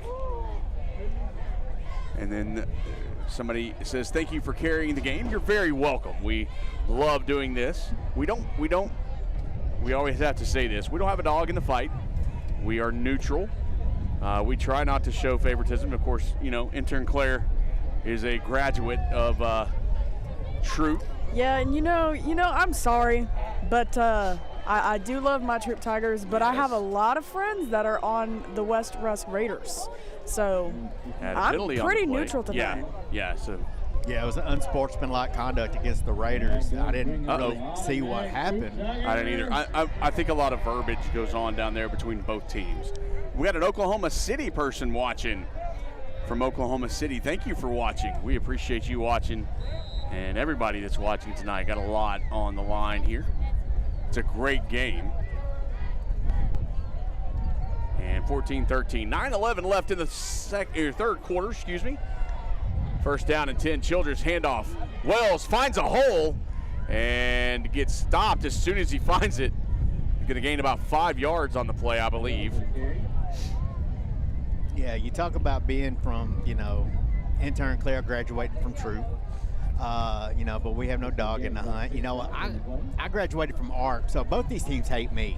Well, I graduated from White House, so, and I work in Chapel Hill, so, hey, what are you going to do? Yeah, but, I've dealt with players from both of these teams in different ways and stuff. So I know players on both teams. But I just love good football, and we got it here. 2nd down and 4. Handoff Wells trying to find a place to go, and the defense of the Raiders tries to make the stop. They do well. 2-yard gain on the play. And it'll bring up a 3rd down and about 1 to go. I think the ball's going to be put on the 4-yard line. Yeah, this is reminiscent to that goal line stand at the half for the Raiders. So Troup's going to really want to punch this in this time. We got people watching from Overton, Houston, Henderson. Thank you all for watching. That's great. Tell us all where you're watching. We love that. I can say H-Town, and you don't know if I'm talking about Houston or Henderson. Do you know what you're talking about? Handoff, it's going to go straight at the Miller. I believe that was Childress who kept it. Called him short. And just shy of the end zone. But it is a first down for Troup. So that's going to be at the 1-yard line, a 1st and goal. And that's going to bring up a very short field of play for a touchdown here.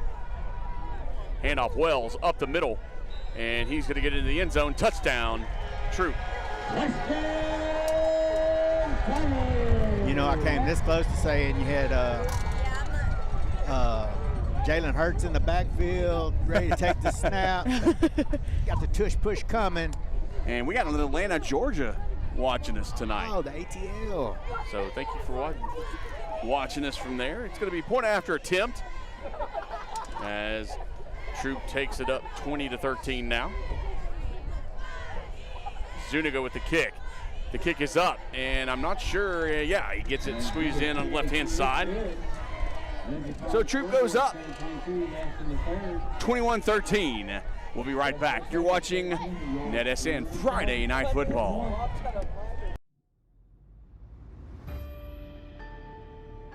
There's something spooky going on at Stillwater RV Resort. Tales of old coming back to haunt the guests and the locals alike. Stillwater and the CDL Training Academy present the Haunted Bus Ride. Take a trip back to see the resort of old and witness the staff come to life to bring back souls that are so bold. If you dare try to ride, fright and fear will be by your side.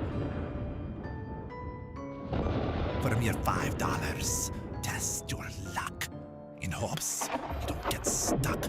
For 2 weekends only, come to Stillwater RV Resort. And we are back here at Tiger Stadium.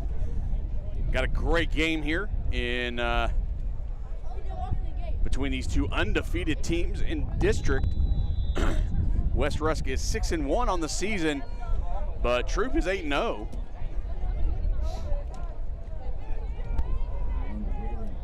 Yeah, they just got to stay on the gas. You know, they can't get complacent. And there's a snap, or there's a kick to the left-hand side. Gets to about the 35-yard line. I believe that was number 11, Gunnar Harp.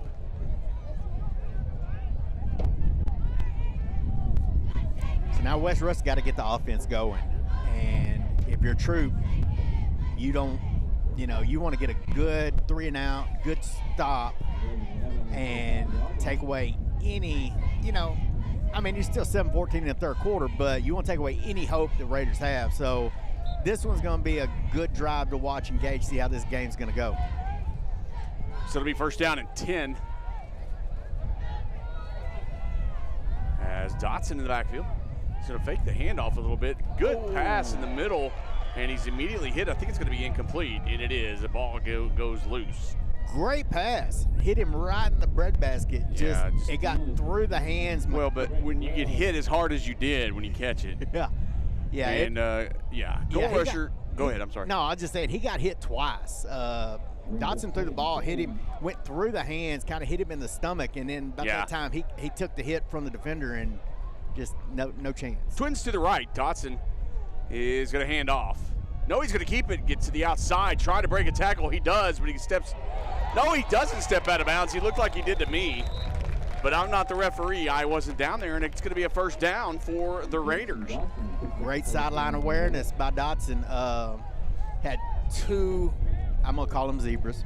Had two the referee crew on that line watching. Yeah. So great sideline awareness, knew where he needed to go. First down without taking a big hit. First and 10. Ball at the 48-yard line. Still on their own side of the field, but trying to get across midfield. There's the snap, and somebody moved early. And goal rusher made a comment, and you know he made earlier that we sounded a little bit one-sided. And you know what? Hey, sometimes we come across that way. We don't mean to. We do get excited about certain things, but we appreciate your comment. And no, nothing personal taken, but we appreciate you watching. That's all we care about, is that you watch. We try our best, but we are fans, and we're fans of the game, and we just get excited sometimes. So we're sorry if we lean one side sometimes. There's a good pass by Dotson, and he was hit and maintained a great pass. But that one's going to go just out of reach, and I believe that was to Harp, number 11, Gunnar Harp. Love that name, too. A lot of cool names on that team. Yeah, he had to get rid of it just a little quicker than he wanted to. Had it down the middle, but just had to basically guess on his give and had to throw it really quick, so just a little out of reach of Harp. Yeah, 6:54 left in the third quarter. Got another one watching from, we got one watching from Little Rock, Arkansas. So thank you for joining us up in Razorback country. And I think a busted play, and Dotson trying to get out and just not able to, as he was swarmed by the Tigers. Yeah, he was looking two different people trying to see who was going to take the ball, and neither one of them wanted it. Or I ain't going to say they didn't want it, but right. They didn't have in their mind they were fixing to take the ball. So Judd did what he could, tried to make something out of it, but now we got third and, what does it look like, maybe third and Chapel Hill? Yeah, pretty much. I'm trying to think of directions here. Oh, the wind finally. Stay. You're going to jinx it. Yeah, I know. You are going to jinx it. I'm sorry. Thank you, daughter. Ooh, timeout. Timeout by West Rusk. And, hey, let's do some score updates because somebody just chatted. Joey Z chatted Mount Enterprise 82, Lovelady 60. That's a score. Yeah, I'm going to say the defense must not have made the trip for either team. And then you showed, Intern Claire, you showed me a score. ARP was up. What was that score? ARP is winning against Winona 53-0. Yeah. what, I'm going to bust the Go Tigers out or something maybe. I don't know. And then the final for Midlothian and Tyler High. Midlothian 49, Tyler High 43. Ooh, that was a good game. That must have been an early game. A lot of those games, because of the weather, they started earlier, like at 6 or 6:30. So some games are going to be early tonight. Yes. A lot of finals. We're not, but others are. Frankston, you know, talking about our Carlisle Indians that we cover quite a bit. Frankston all over them. Final score 45-14 over Carlisle. That's going to bust that district wide open there. Final for Mount Vernon and Winsboro. Mount Vernon 22, Winsboro 55. Gotcha. Third down and long. Dotson going to take a 3-step drop and try to find a receiver. And trying to see, they want a flag. As Cameron Brown, the intended receiver, big Cameron Hawley, he was on the defense. And that's going to bring up 4th down. I believe the punt team is going to come out. Last score I'm going to give final for Overton and Alto. Overton 47, Alto 3. Ooh. Gotcha. Waylon Hurst going to be back deep for the Tigers. And there's a punt. Good punt. And Hurst is not going to call fair. And probably should have as Drake Mills kind of introduced himself there and took him down at the 25-yard line. And you know, when we talk about that back in the day, that was our dream. Oh yeah, I was talking last night at Wascom. I did the Wascom game last night, and as a deep snapper, you know, nobody can cover you. Nobody's over the top of you, so you got a free shot all the way down, and those were the ones I loved. And you didn't call a fair catch, you were fair game. And I was a lot faster and thinner back then. First down and 10, but I was also a lot shorter, but still. 5:58 left in the third quarter. First down and 10. Childress throws to the outside, and I believe that's going to be number 2, Holly. Holly's going to try to gain some yardage and kind of do some dancing out there to get around to the sidelines. Gain of around 5 on the play. Yeah, and if you're Troup with Coach Wells, you're going to watch and look and see how far back, how much are them West Rusk defensive backs going to give? I mean, they were playing about 8 yards off, so quick pass out, and you're going to gain 4 or 5 yards at least before they can close on that. And you got to be very careful because there's speed on both sides, but do you give as much yardage? They're about 10 yards apart now. Handoff up the middle. That's Wells. Wells, a good gain, and I believe that's going to get another first down. Let's see where they're going to mark it. They're going to mark it at the 35, just shy, barely. And I think. That's a hairpin. And yeah, they're going to give them a first down. First down for the Tigers. I mean, that's a measurable one, if anything. But he's right on that line, which is where the marker was.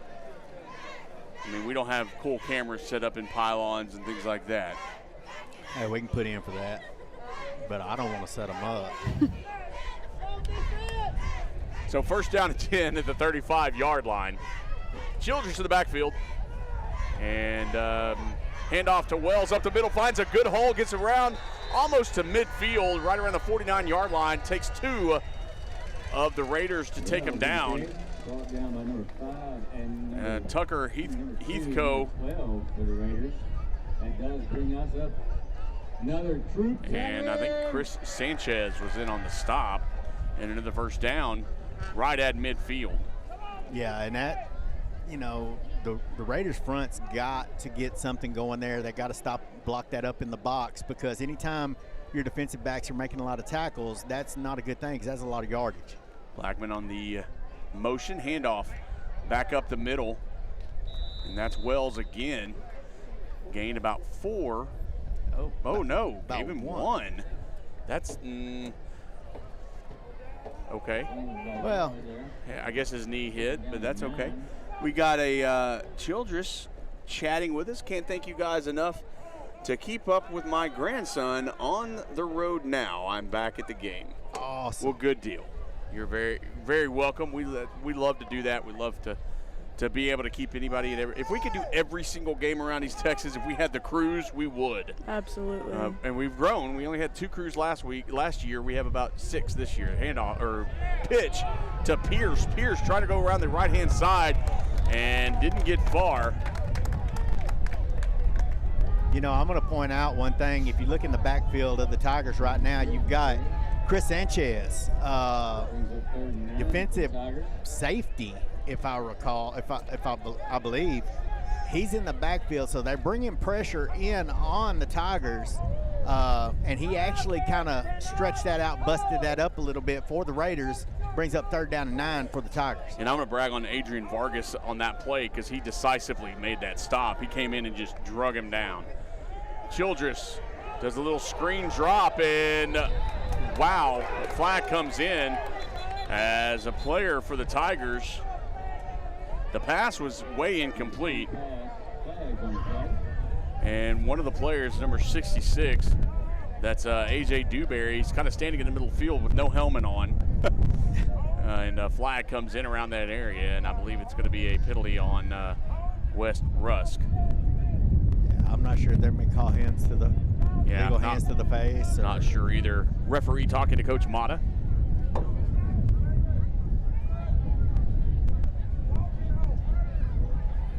And a beautiful woman is chatting here. Hey, no kissing up. A charity. Her picture looks very, very good there. Kissing up. It says, is intern Claire enjoying being back on the air? That's a question to intern Claire. Yes, I am. Yes, I am. I did a few different podcasts in high school with my forensics team, and being in college, I have one with my best friend Emily. But those don't really go anywhere. So the thought of being in front of a screen or behind a screen in front of all of these people makes me really happy, especially you, Mom. I love you. Yes, yes, beautiful lady who chatted. She's doing very well, and her father is very proud. It was a penalty against the Tigers, by the way. They declined. Oh, wow. So I don't know. That was interesting. I don't know if perhaps it was a hold, and maybe he was trying to get free and push the helmet. Who knows? And for those of you that are listening, my wife was the one who chatted that. That's why I wasn't being oogie or weird to the chat. You can still chat. I'm not going to be crazy with you like that. I think they get it. Yeah. I don't know. Some people, you gotta explain and be careful. Hey, we might get more. We might get more. I don't know. I don't know. Like, hey, I'm not gonna push it. I found my wife. I'm not gonna push any. No. So 4th down. So it's gonna be out 4th down, and it looks like Childress is gonna be back to punt. That interesting punt formation.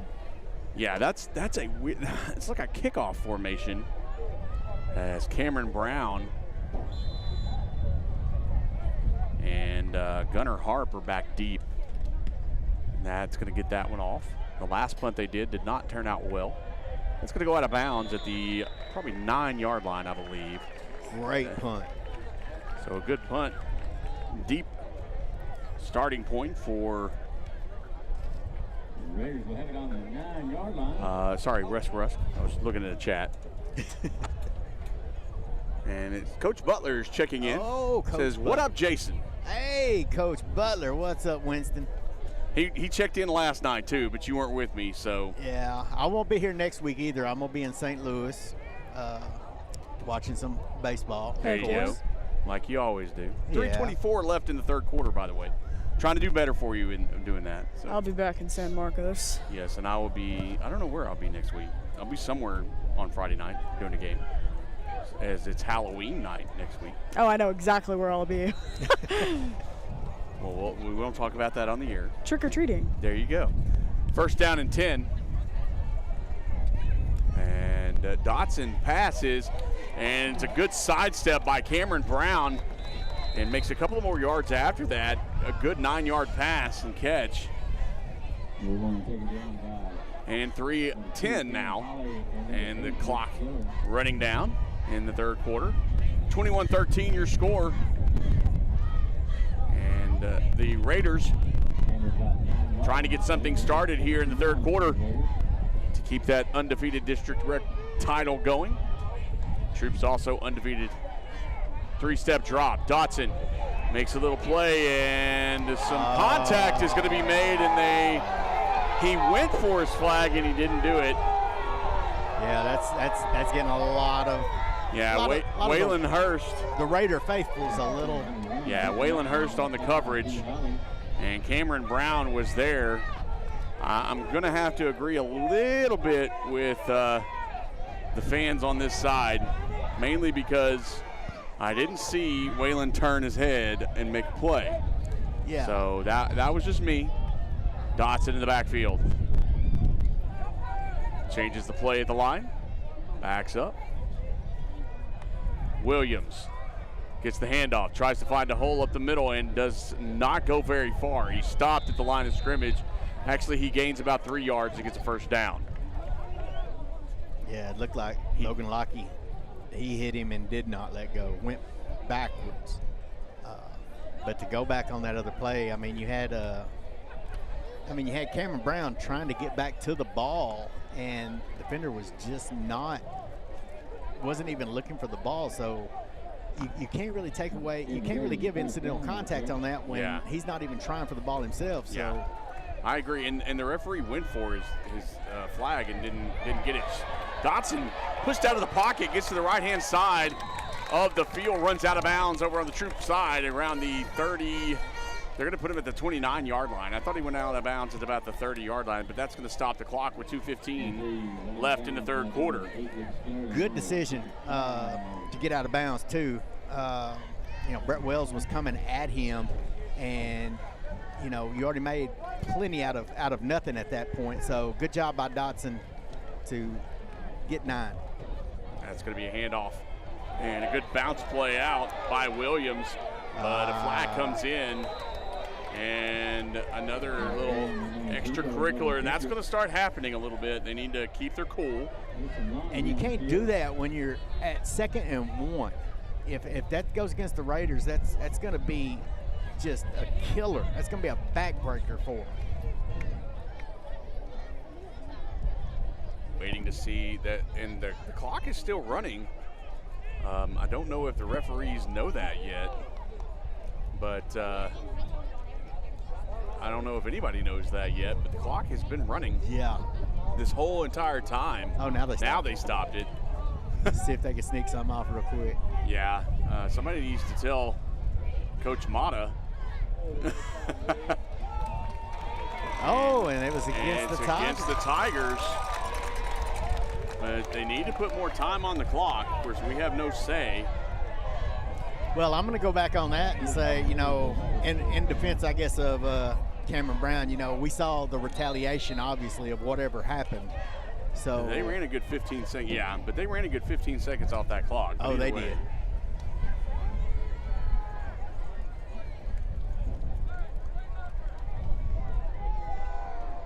So first down and 10 after the penalty was marked off. Dotson in the backfield. Toss, Williams. No, fake toss. And a seam play. And that's going to be caught. Gunnar Hart. And a great catch by Hart down the middle. That play's been open 2 or 3 times. He's overthrown it a couple more times. And Hart kind of trying to adjust his helmet. I don't know if he landed on it. And kind of, I've had that happen before as a player, so I understand. First down and 10 from the 35-yard line. Handoff Williams. No, he keeps it. He fakes me out again. And Dotson down the left-hand sideline stays in bounds and steps out of bounds finally at the 11-yard line. And now the Raiders on the move. Yeah, and I thought that he was fixing to get a lot of – I thought he was going to get a lot more, but good, like I said, good sideline awareness by Dotson. First and 10. And a throw up intercepted. And an interception by number 5. And I believe that's Holly. Or is that 6? That looks like 5. Yeah, I think that was D. That's D. Holly. D. Holly, number 5, makes the interception right at the 1-yard line. And a what was beginning and starting and ending with a beautiful drive ended up just being a turnover, and that's just extremely upsetting for West Rusk and the fan faithful over here. Yeah, and Dotson is frustrated. He came over and actually made the tackle, and that's not typically a quarterback tackle that he made. He's pretty frustrated. He's sitting on the bench now, kind of down on himself, but still got a whole another quarter of football to play. So 23 seconds left in the third quarter, and you're right. You got a whole lot of game left, and you're not out of it yet. 21-13. You've already made a great stop on the defensive side, so you have that ability. On the other hand, Troup is lining up, trying to put one of the nails in the proverbial coffin.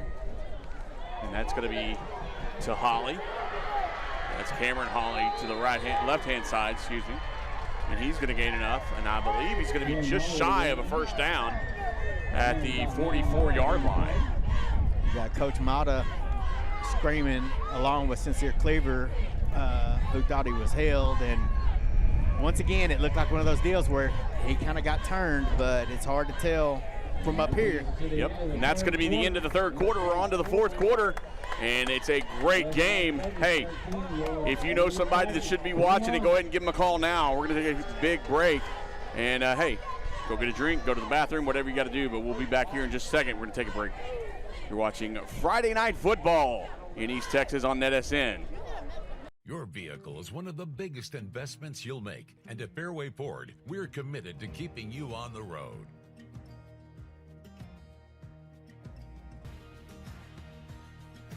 Our service technicians are experts in all aspects of every vehicle we put our customers in. And with our mobile service, you can stay safely where you are. Our team comes to you to fix whatever issue you're having. Learn more and book your next appointment at fairwayfordhenderson.net. And we are back, starting the fourth quarter here in Tiger Stadium at Troup, Texas. And not one person has left yet on either side. And the bands are back and roaring. I do love a good battle of the bands. Oh yeah, I it do. is going. So it's going to be 2nd down and 1 for the Tigers as we start the fourth quarter. Handoff, Wells, up the middle, he has a wide open hole. Cuts to the left-hand side, down to the 30, 20, 15, 10. End zone, touchdown, Tigers. Not much you can say about that other than just, you get the ball back. Your goal is to make them pay. And that's exactly what Wells and Childress and Wells did on that one. But you got to shout out that front five, because that offensive line, there's not those holes for them.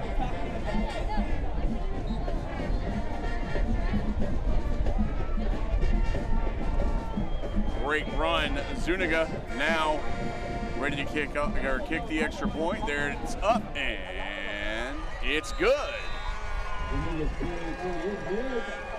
So 11 seconds tick off in the fourth quarter, and the Tigers up 28-13.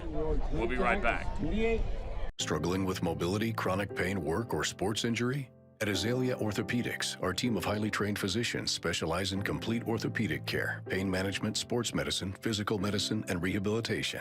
If you've sustained a bone or joint injury, have mobility or movement problems, struggle with pain, contact Azalea Orthopedics. We're conveniently located across East Texas, serving 18 counties. When visiting your doctor, urgent care, or hospital, you have a choice. Demand Azalea. At Azalea Orthopedics, your health is our priority. Back here in Troup, and the Tigers jump up a little bit further here in the fourth quarter. 11:49 left as Wells runs it in for a touchdown. Zuniga getting set to kick off. And that interception has now shown to be a little bit of a nail starting, but West Rusk still has a lot of time and the ability to come back. That's Gunner on the return. Gunner Harp. Now the offense going to head out. Jason, they were showing a lot of fire in that last possession, and it just unfortunately was a bad situation in that end zone pass. He just underthrew it. Dotson did. Yeah, he was going. I want to say his receiver was looking for the corner. He was looking for that over the shoulder, back of the corner of the end zone. But instead, it was thrown a little short, and Tigers made him pay. So first down at 10. Ball on the 28-yard line. And handoff, and immediately taken down in the backfield. Now was Dalen Williams on the carry. A lot of Tigers getting into the backfield, and a loss of 4 on the play. 11:23 left in the fourth quarter. Yeah, and that's been West Rusk's big thing, is they've got to be able to make you aware of the run so that seam and those other passes will open up. And, you know, if they don't do that, then that front line for the Tigers is just going to put their ears back and go. Dotson in the backfield. Williams to his right. 3-step drop. Pushed out of the pocket to the right-hand side. Throws underneath. Incomplete pass. Intended receiver, Jalen Gardner. That'll bring up third down for the Raiders. It wasn't much there. It was a good decision by Dotson, I think, to just throw that one down in the dirt, in the vicinity of somebody. So we got third down and 14 now for the Raiders.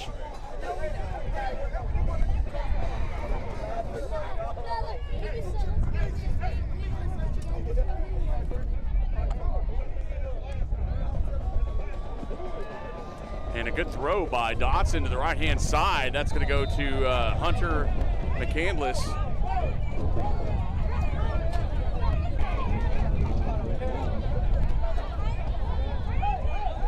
And so that's going to bring up third down.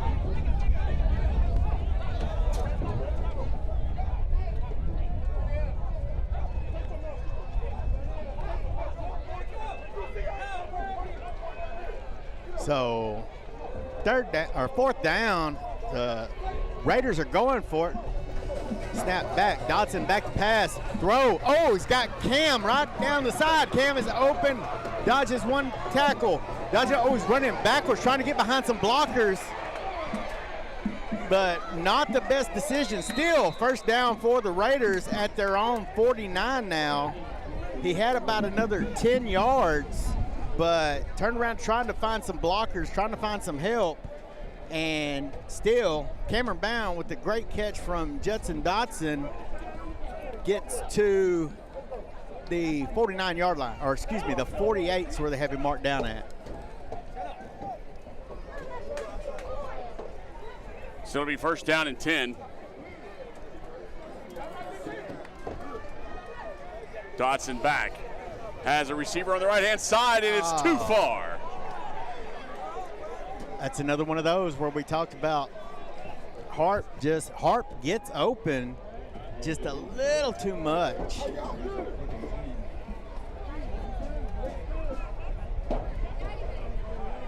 Put a little too much on that one.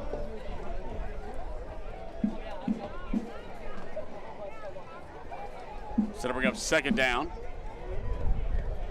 Sorry, we had some commotion up here. We had to. Great way to put it. Yeah.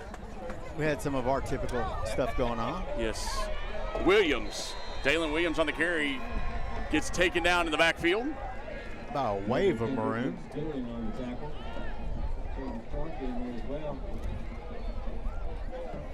Looks like lost a yard on that one. So now it's third down, loss on the play, third down and 11 All right, we're back in it. We just had to kind of make sure that we weren't going to get caught up in something. I was ready. I was so ready. You have no idea. I was waiting on somebody to yell World Star. Well, but that just, there was a little bit of a scuffle up here in the stand. So third down, throw down the middle, incomplete pass. Hunter McCandless was the intended receiver. That'll bring up fourth down. 8:57 left in the ball game. 28-13 is your score. I do not think you're going to see a punter walk out. I don't think so either, and I don't blame it. And West Rusk has not scored since the first half. Yeah, both scores for West Rusk this game so far have been on defensive scores or special teams. So here we go, fourth down, and 11 to go. Dotson going to keep it, try to run up the middle. He's hit from the back, and he goes down. That's going to be number 8, Luke Skillern, and that's a turnover on downs. Yeah, big 66 was in there too. You know, Jason was talking about nicknames for people. Your beautiful wife and my amazing mother has a nickname for Luke Skillern that she gave him in 5th grade. That is Luke the Killer Skillern. Ah, gotcha. Gotcha. Also want to give one last shout out to my extra dad. Mr. Andy Garrett is watching. There you go. Mr. Garrett. Glad you're watching. So first down and 10.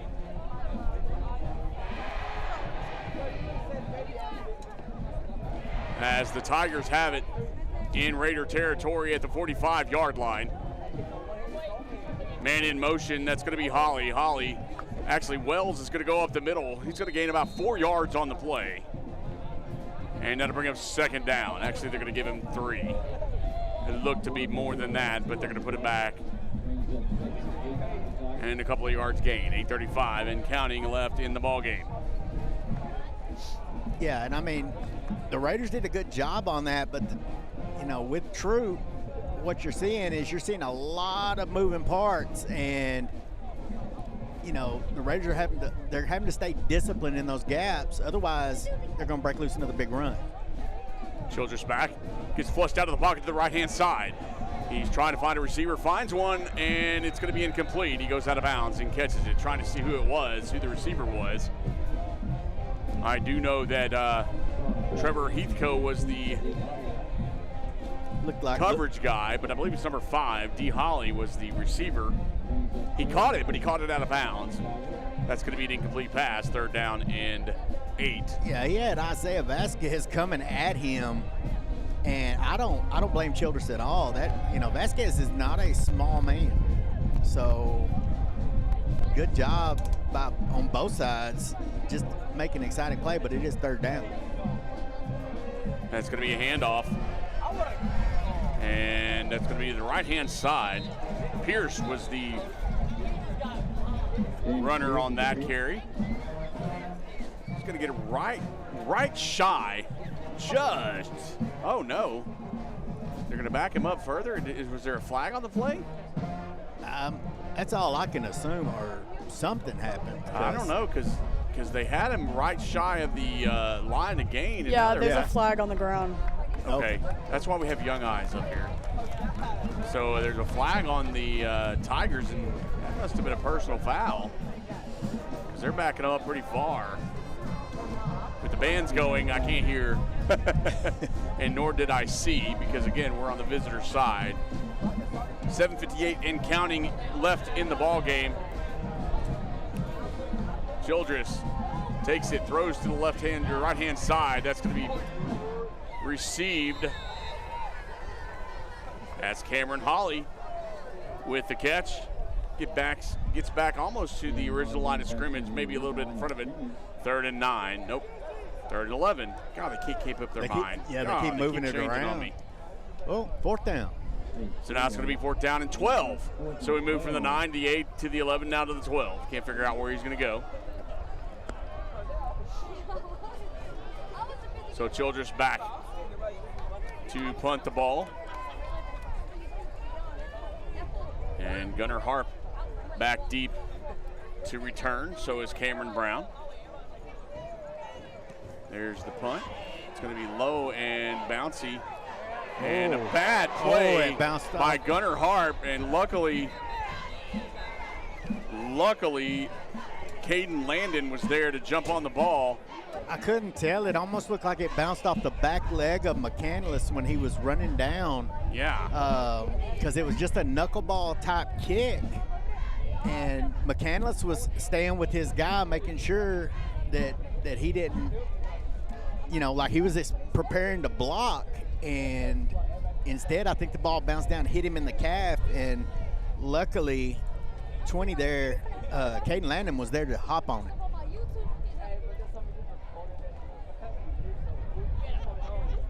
.6:58 left in the ball game.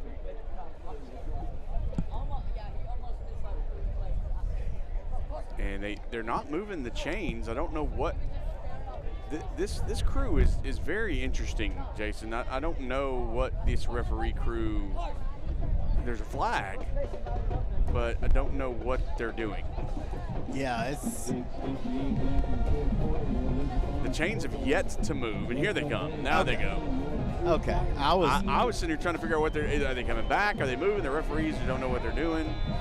I couldn't tell, and I was trying to listen. I started talking, and I was trying to listen to see maybe what the PA announcer was going to call. Right.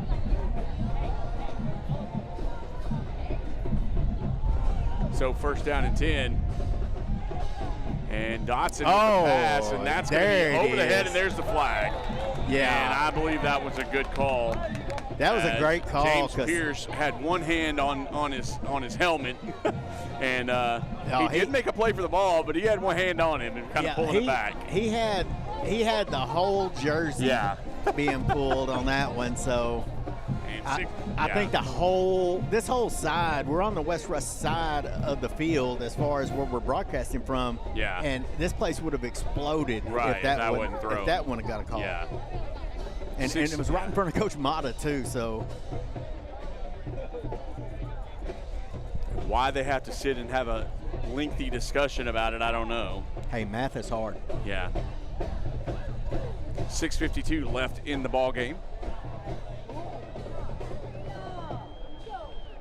Oh. No, he's going to mark it from the original line of scrimmage. Okay. I've gotten used to that. Okay. Well, that didn't make sense.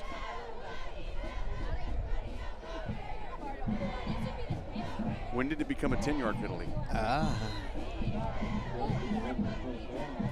Okay. Don't get me started. Yeah. So first down and 10. I don't know what these guys are doing. Dotson, 3-step drop. He has Hart on the right-hand side, and he's in stride. He's down to the 15, 10, 5, end zone, touchdown. West Rusk. And that is not good. I mean, it's obviously good for the Raiders. What I'm looking at right now is number 80, Logan Chambers, for the Tigers. He was down holding his hamstring. And a defensive back, when you have an offense that can throw like that, a defensive back being down, you don't want to be weaker in the secondary. So we're going to take a break. We have an injury timeout here at Troup, 6:41 left. And West Rusk just scored. We'll be back for the point after attempt here in maybe not. He's going to get up and walk it off. Never mind. Okay. I was going to take a break, but he must have tweaked the hamstring or something just a little, because I was cramped. The way he was holding it, I was expecting almost detachment, but he's walking off, looks like fairly steady. So good sign for the young man. And now we got West Rusk probably going for 2. Well, I would imagine it. And folks, this game is not even close to being over yet. So don't go anywhere. Call your friends, call your family, because we got a good one here in Troup, Texas.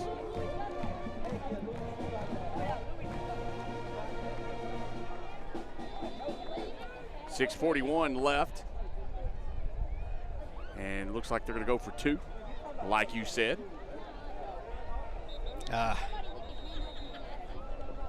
And a timeout's going to be called. And we're going to take, actually, we're going to go to some scores. Jason, you got any scores? Yeah, let me get them pulled up real quick because we covered some of them already, some finals. Yeah. We got some games that are probably already getting done. We're one of the later games. One of the later games in the area. Again, we want to thank you for watching. We greatly appreciate it. Glad that you're with us. Longview, I'm going to tell you this one. Longview over Rockwall Heath, 31-7. That was a final. Jefferson beats Sabine 47-0. Marshall all over Nacogdoches in the fourth quarter, 42-14. And good Lord, Lufkin got spanked by Port Arthur Memorial 30-0. Atlanta beat Tatum 14-7. And then Nacogdoches and Marshall. Have you already said that one? Yeah, I believe. Okay. Yeah. Dotson to the right-hand side, two-point conversion attempt. He's going to keep it, try to get through, and in. He is in for the two-point conversion. So now we got a one touchdown game.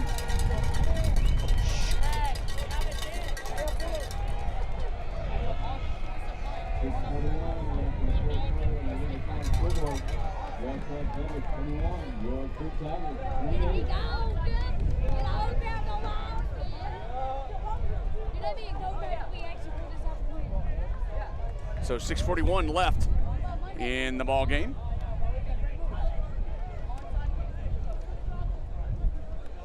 Dropped one of my papers. Well, this might be. This wind is killing me. Yeah, this might be good for the Raiders.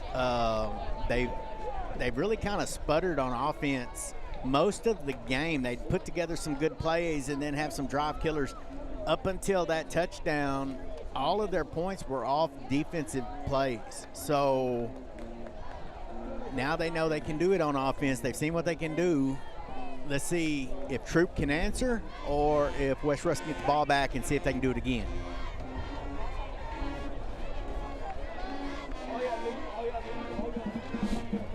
Liberty Ilu beat White Oak tonight, 27-14. Longview's all over Rockwall Heath, 31-7. New Diana is beating Buffalo right now, 21-14 in the third quarter. That's a third quarter score. I've got a fourth quarter on that, 35-21 New Diana. Good deal. There's the kick, going to be an onside kick. And he's wide open on the run. Down the sideline, and that's Childress. He's going to go all the way, end zone. And touchdown. Wow. Not what you wanted if you were a Raiders fan. Yeah, that was and it wasn't an ill-advised play. It was actually a very good thought play. Unfortunately, it was one of those situations where it just wasn't covered. No, everybody kind of, I mean, I don't know, this whole right side, you would expect lane discipline to be just perfect on the side the ball's kicked to, but instead, no, and touchdown Tigers. And that just takes the winds out of your sail if you're the Raiders because of the touchdown and how you just scored, and now you're back down and it's a two-score ball game with this point after attempt. Kick is up. Kick is good. All right, we're going to take a really quick break. We'll be right back. 35-21. Got a heck of a game. 6:33 left in the ball game. A lot of game left. A lot of things can happen, as you can see. We'll be right back. The Friday night lights are shining, and we are teaching driving. CDL Training Academy is your resource to a better career. Come and get trained and get tested right here in Henderson, Texas. CDL Training Academy. Visit our Henderson, Texas office or online at cdllearn.com.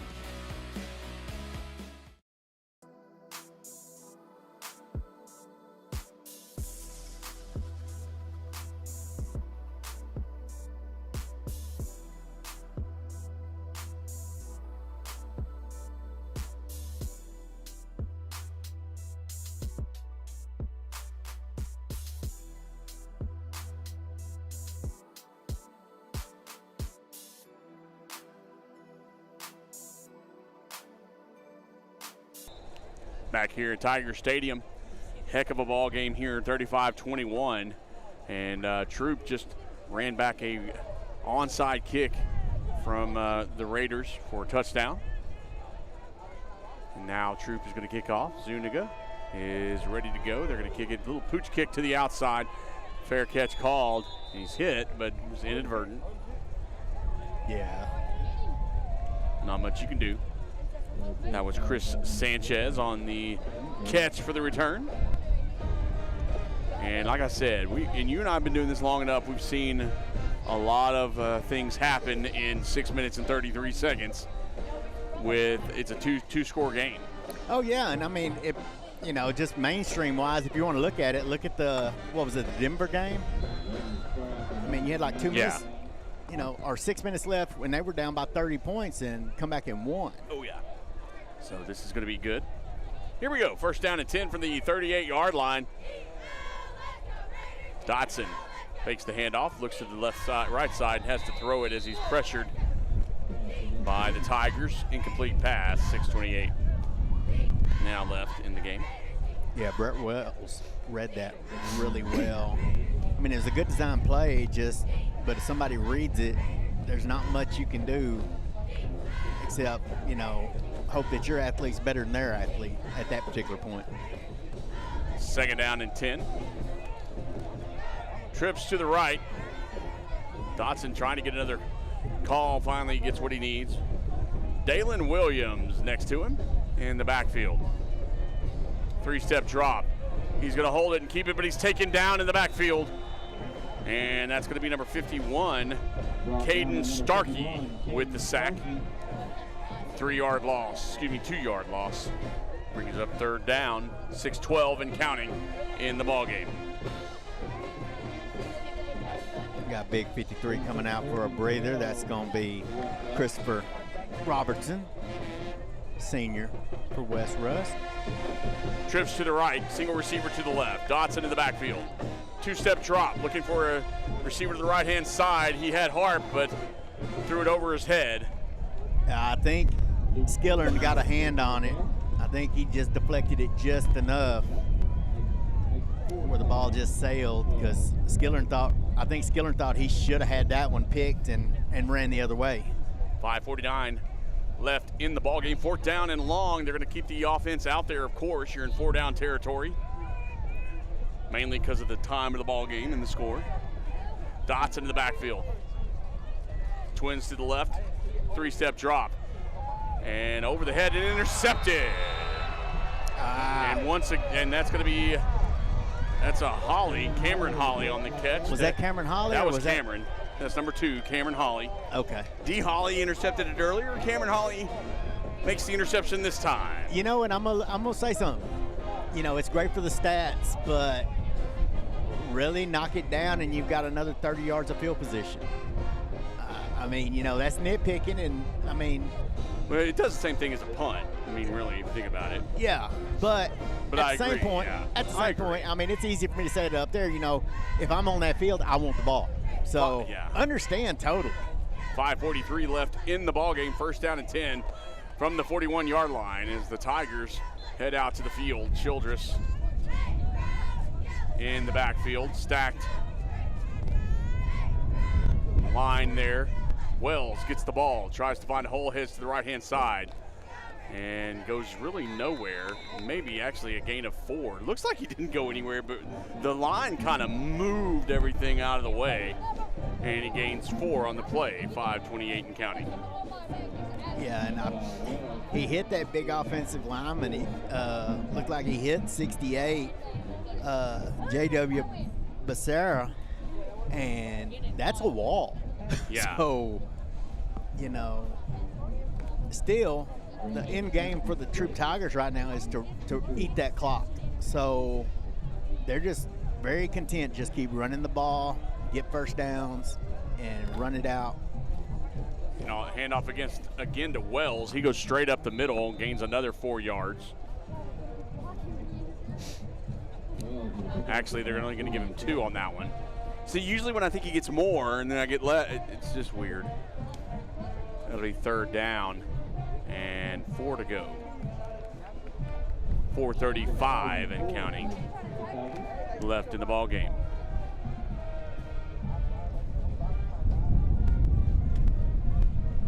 Yeah, not in any hurry at all are the Troup Tigers.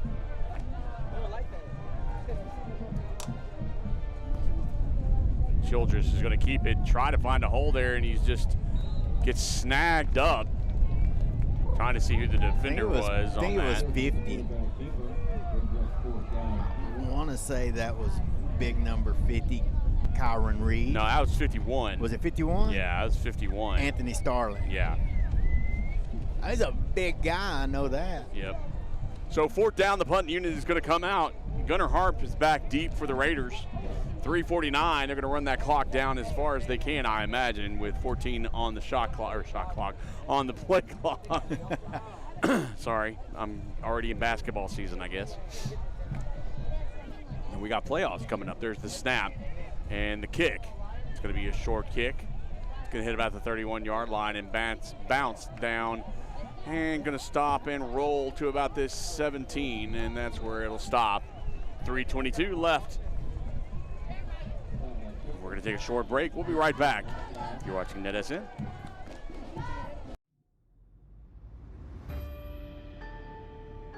There's something spooky going on at Stillwater RV Resort. Tales of old coming back to haunt the guests and the locals alike. Stillwater and CDL Training Academy present the Haunted Bus Ride. Take a trip back to see the resort of old and witness the staff come to life to bring back. And we are back. 3:22 left in the ball game. West Rusk has the ball. The 16-yard line looks like. 1st down and 10. Dotson rolls to the right-hand side, has a receiver down the middle of the field in a seam route. It is incomplete. And Kamontre McGregor was there. And that's almost the cramp motion. Yeah, he looks like he got a little cramp, and he's trying to stretch it out. And let's hope they're stretching it out. That is a cramp. Been there. Yeah. But unfortunately for me, and you not talking about it, it's usually in the middle of the night when I'm sleeping. Yes. It's a time change when you get older. Yep. But that was a beautiful play, a seam route right up the middle, and McGregor was wide open. He just couldn't hold on to it. And I'm wondering if that cramp hit right as he caught the ball. Yeah, I think that was just that last little bit, that last stretch kind of. And we got a penalty, looks like, because they backed up 5 yards. They backed up the Raiders. Huh. So I wonder why, because of the fact that, I mean, that's unusual. I did not see a flag, nor did I hear a penalty called off by the white hat. I tell you what, this has been the weirdest reffed game we've seen in a while, and we've seen some weird ones. Yeah, I'm trying to keep it in my head that we're on the visiting side as far as everything, and the refs are directed towards the home press box. So I'm trying to keep that, but there's a lot of the calls. I don't know. That 10-yard pass interference is a big one. Yeah, that was a weird one. That was unusual. I've never seen that. The 15-second runoff of just. Somebody said wouldn't get cramps if like that if they drink pickle juice before the game. Pickle juice, that stuff. We used to take electrolyte tablets. You know, you chewed them. Yep. That's what they gave us we before had games. Salt tabs. Yeah, we had that. those. Now the pickle juice thing, yeah, we use that a lot with my baseball teams when we had them in hot weather, and it works. Oh, it's excellent. Yeah, that's the cramp walk. Yeah. I'm glad he's getting up. And you're correct. Goal Rusher said weirdest officiating I've ever seen. And yeah, it has been strange. Yes. Yes, I agree. That's all I can say is yes. We've seen a couple of strange games this year for officiating crews, and the way they've done it, I've never seen a 10-yard mark off for a 15-yard penalty.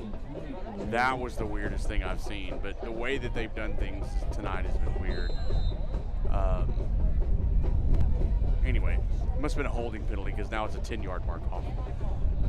That's going to be. Sorry about that. I wasn't watching. Yeah, it was a quick handoff to Dalen That's Williams. Yeah, to the outside, loss on the play, so that puts him on the 2-yard line. We're second down and Henderson there, because that's a long way to go. 2:55 and counting on the clock. Yeah, they've got 22 yards to go showing on the scoreboard. I ain't got enough fingers to count that high, so Yeah. I had to get a little help. Williams in the backfield with Dotson. Dotson's going to hand off, and I believe that was Williams again on the carry. Good job to get out of that end zone. He kind of was mauled up there before he came down. Yeah, good job keeping them legs moving, because he got contact at the 1-yard line, and yeah, he wasn't in, wasn't going to get a safety, but at the same point, you give him a little breathing room, you keep your legs moving. Coming up on the 2-minute warning, I imagine they're just going to let it run until then. Yeah. And the referee's getting ready to blow the whistle. And he does. So it's the 2-minute warning. We're going to take a break. We'll be right back. You're watching NETSN. Don't go anywhere.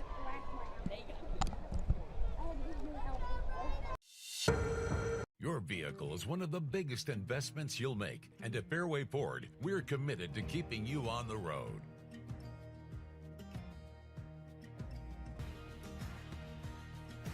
Our service technicians are experts in all aspects of every vehicle we put our customers in. And with our mobile service, you can stay safely where you are. Our team comes to you to fix whatever issue you're having. Learn more and book your next appointment at fairwayfordhenderson.net. The Friday night lights are shining, and we are teaching driving. CDL Training Academy is your resource to a better career. Come and get trained and get tested right here in Henderson, Texas. CDL Training Academy. Visit our Henderson, Texas office or online at cdllearn.com. That was, so I hit the wrong button. Sorry about that, guys. I don't know if you heard it. I hit the censor button. That's like, I ain't even said nothing yet. Dotson has a man down the sidelines, and there's a that's going to go. Yeah, you can't do that. Yeah, that was a lot of contact. And a smart play by Hart. Just try to run through the contact. Don't even slow it up because you can't get through it. Run through it and make it obvious. And I think that was, is that Cameron Hawley? Or was that Bryson Needham? I can't tell if it's a 2 or a 3 because he's got it tucked up underneath in the back. It's a 2. It was 2. Okay, so that's Cameron Hawley. And yeah, he did that. He was wrong in that aspect, and that happens. Let's see, is this going to be a 10-yard pass? Nah, I'm gonna hush. Well, yeah, let's see what they did. Well, he didn't even go back. He's about right. Yeah, he's about right.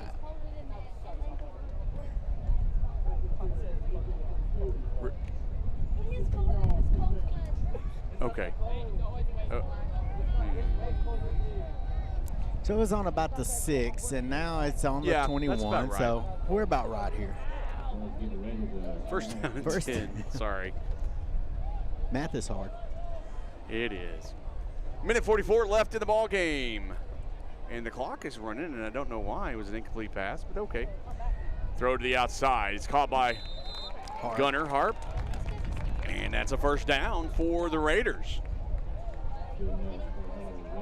And just a good out pass. Just get it at the sideline, get out of bounds, save as much clock as you can. You got a minute 34 left, as long as the clock doesn't start running again.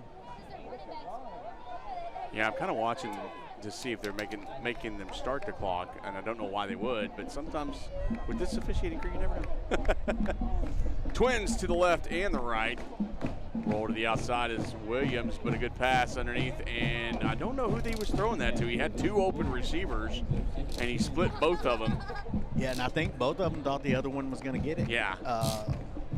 It was just in that no man's land where it could have been either one of them.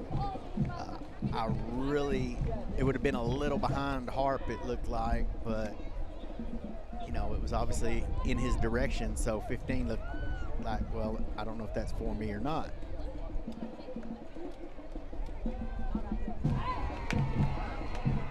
And Dotson to the outside. He breaks away to the left-hand side, going to the sidelines.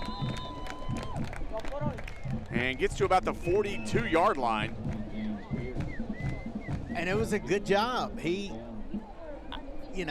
actually stopped and sat behind a blocker, let him set the block, and then went the opposite way. Whichever way the defender was going, he was going the opposite way, and with his speed, he was able to pick up those 10.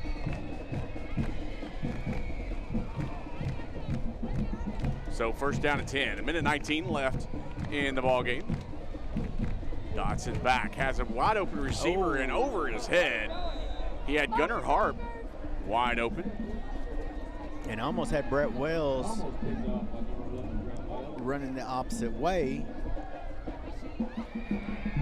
Troup bringing a little pressure. I do gotta point out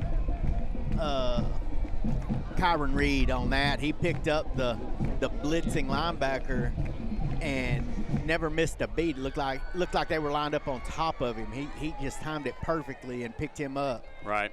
Gave Dotson a little time to make that throw. Dotson to the right-hand side, pushed out. And good pressure, good catch by Hart, but a good pressure by the defense of the Tigers to push Dotson out of the pocket to the right-hand side. But Dotson keeps his composure and makes a good pass and a good catch by Gunnar Hart. Yeah, and clock's still running. Dotson in the backfield. Takes 2 steps back, throws to the outside. That's going to be a trip. Intercepted. Luke Skillern. And I believe, do we have a flag on the play? Yeah, I think they're going to call it. They're going to call it trip, I think, on one of the linemen for the Raiders. And 42 seconds left in the ball game, and we're probably going to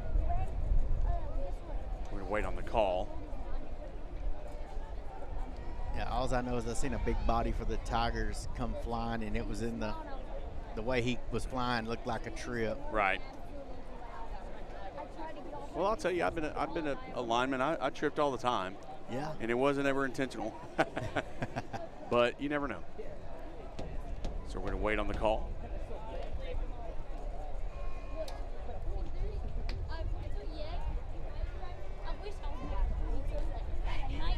And we're going to address, again, we do our best when we do these games, and we don't have either side. So, but opinions are different for certain people. So, we're sorry if certain people think that we're one way or the other. Everybody has a right to their own opinions. I figured this one would actually be pretty good. I was excited about doing this game. With your daughter graduating from Troup, I actually know a lot more from West Rusk, so I figured it'd be fairly balanced. And honestly, I mean, I'm good with whichever. I was excited because they're both undefeated in district. Like I said, I went to ARP, so both teams hate my group. But we appreciate everybody for watching, no matter which side you're going for, and that's going to be Childress going to go back and just do a kneel down. But we're sorry if we offended anybody for how we did this. But we do appreciate you watching. And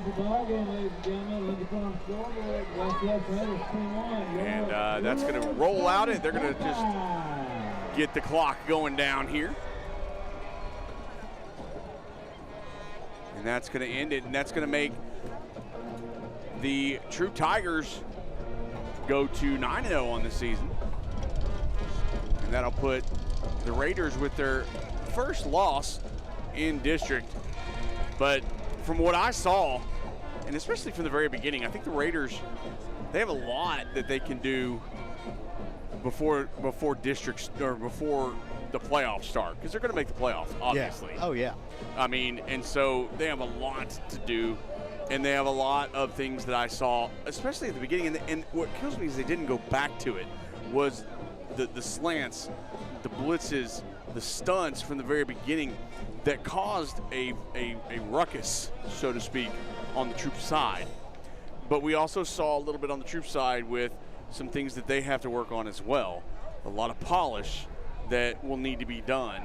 And so both sides need to build. And I think that there's a possibility, sort of like the Chapel Hill-Kilgore thing, we might see these two teams again in the playoffs in a few weeks. Yeah, and so it'll be a heck of a game in the end, because I guarantee you both coaches are going to take out of this some stuff to work on, and it's only going to make both teams stronger, because, I mean, you got good points on both sides.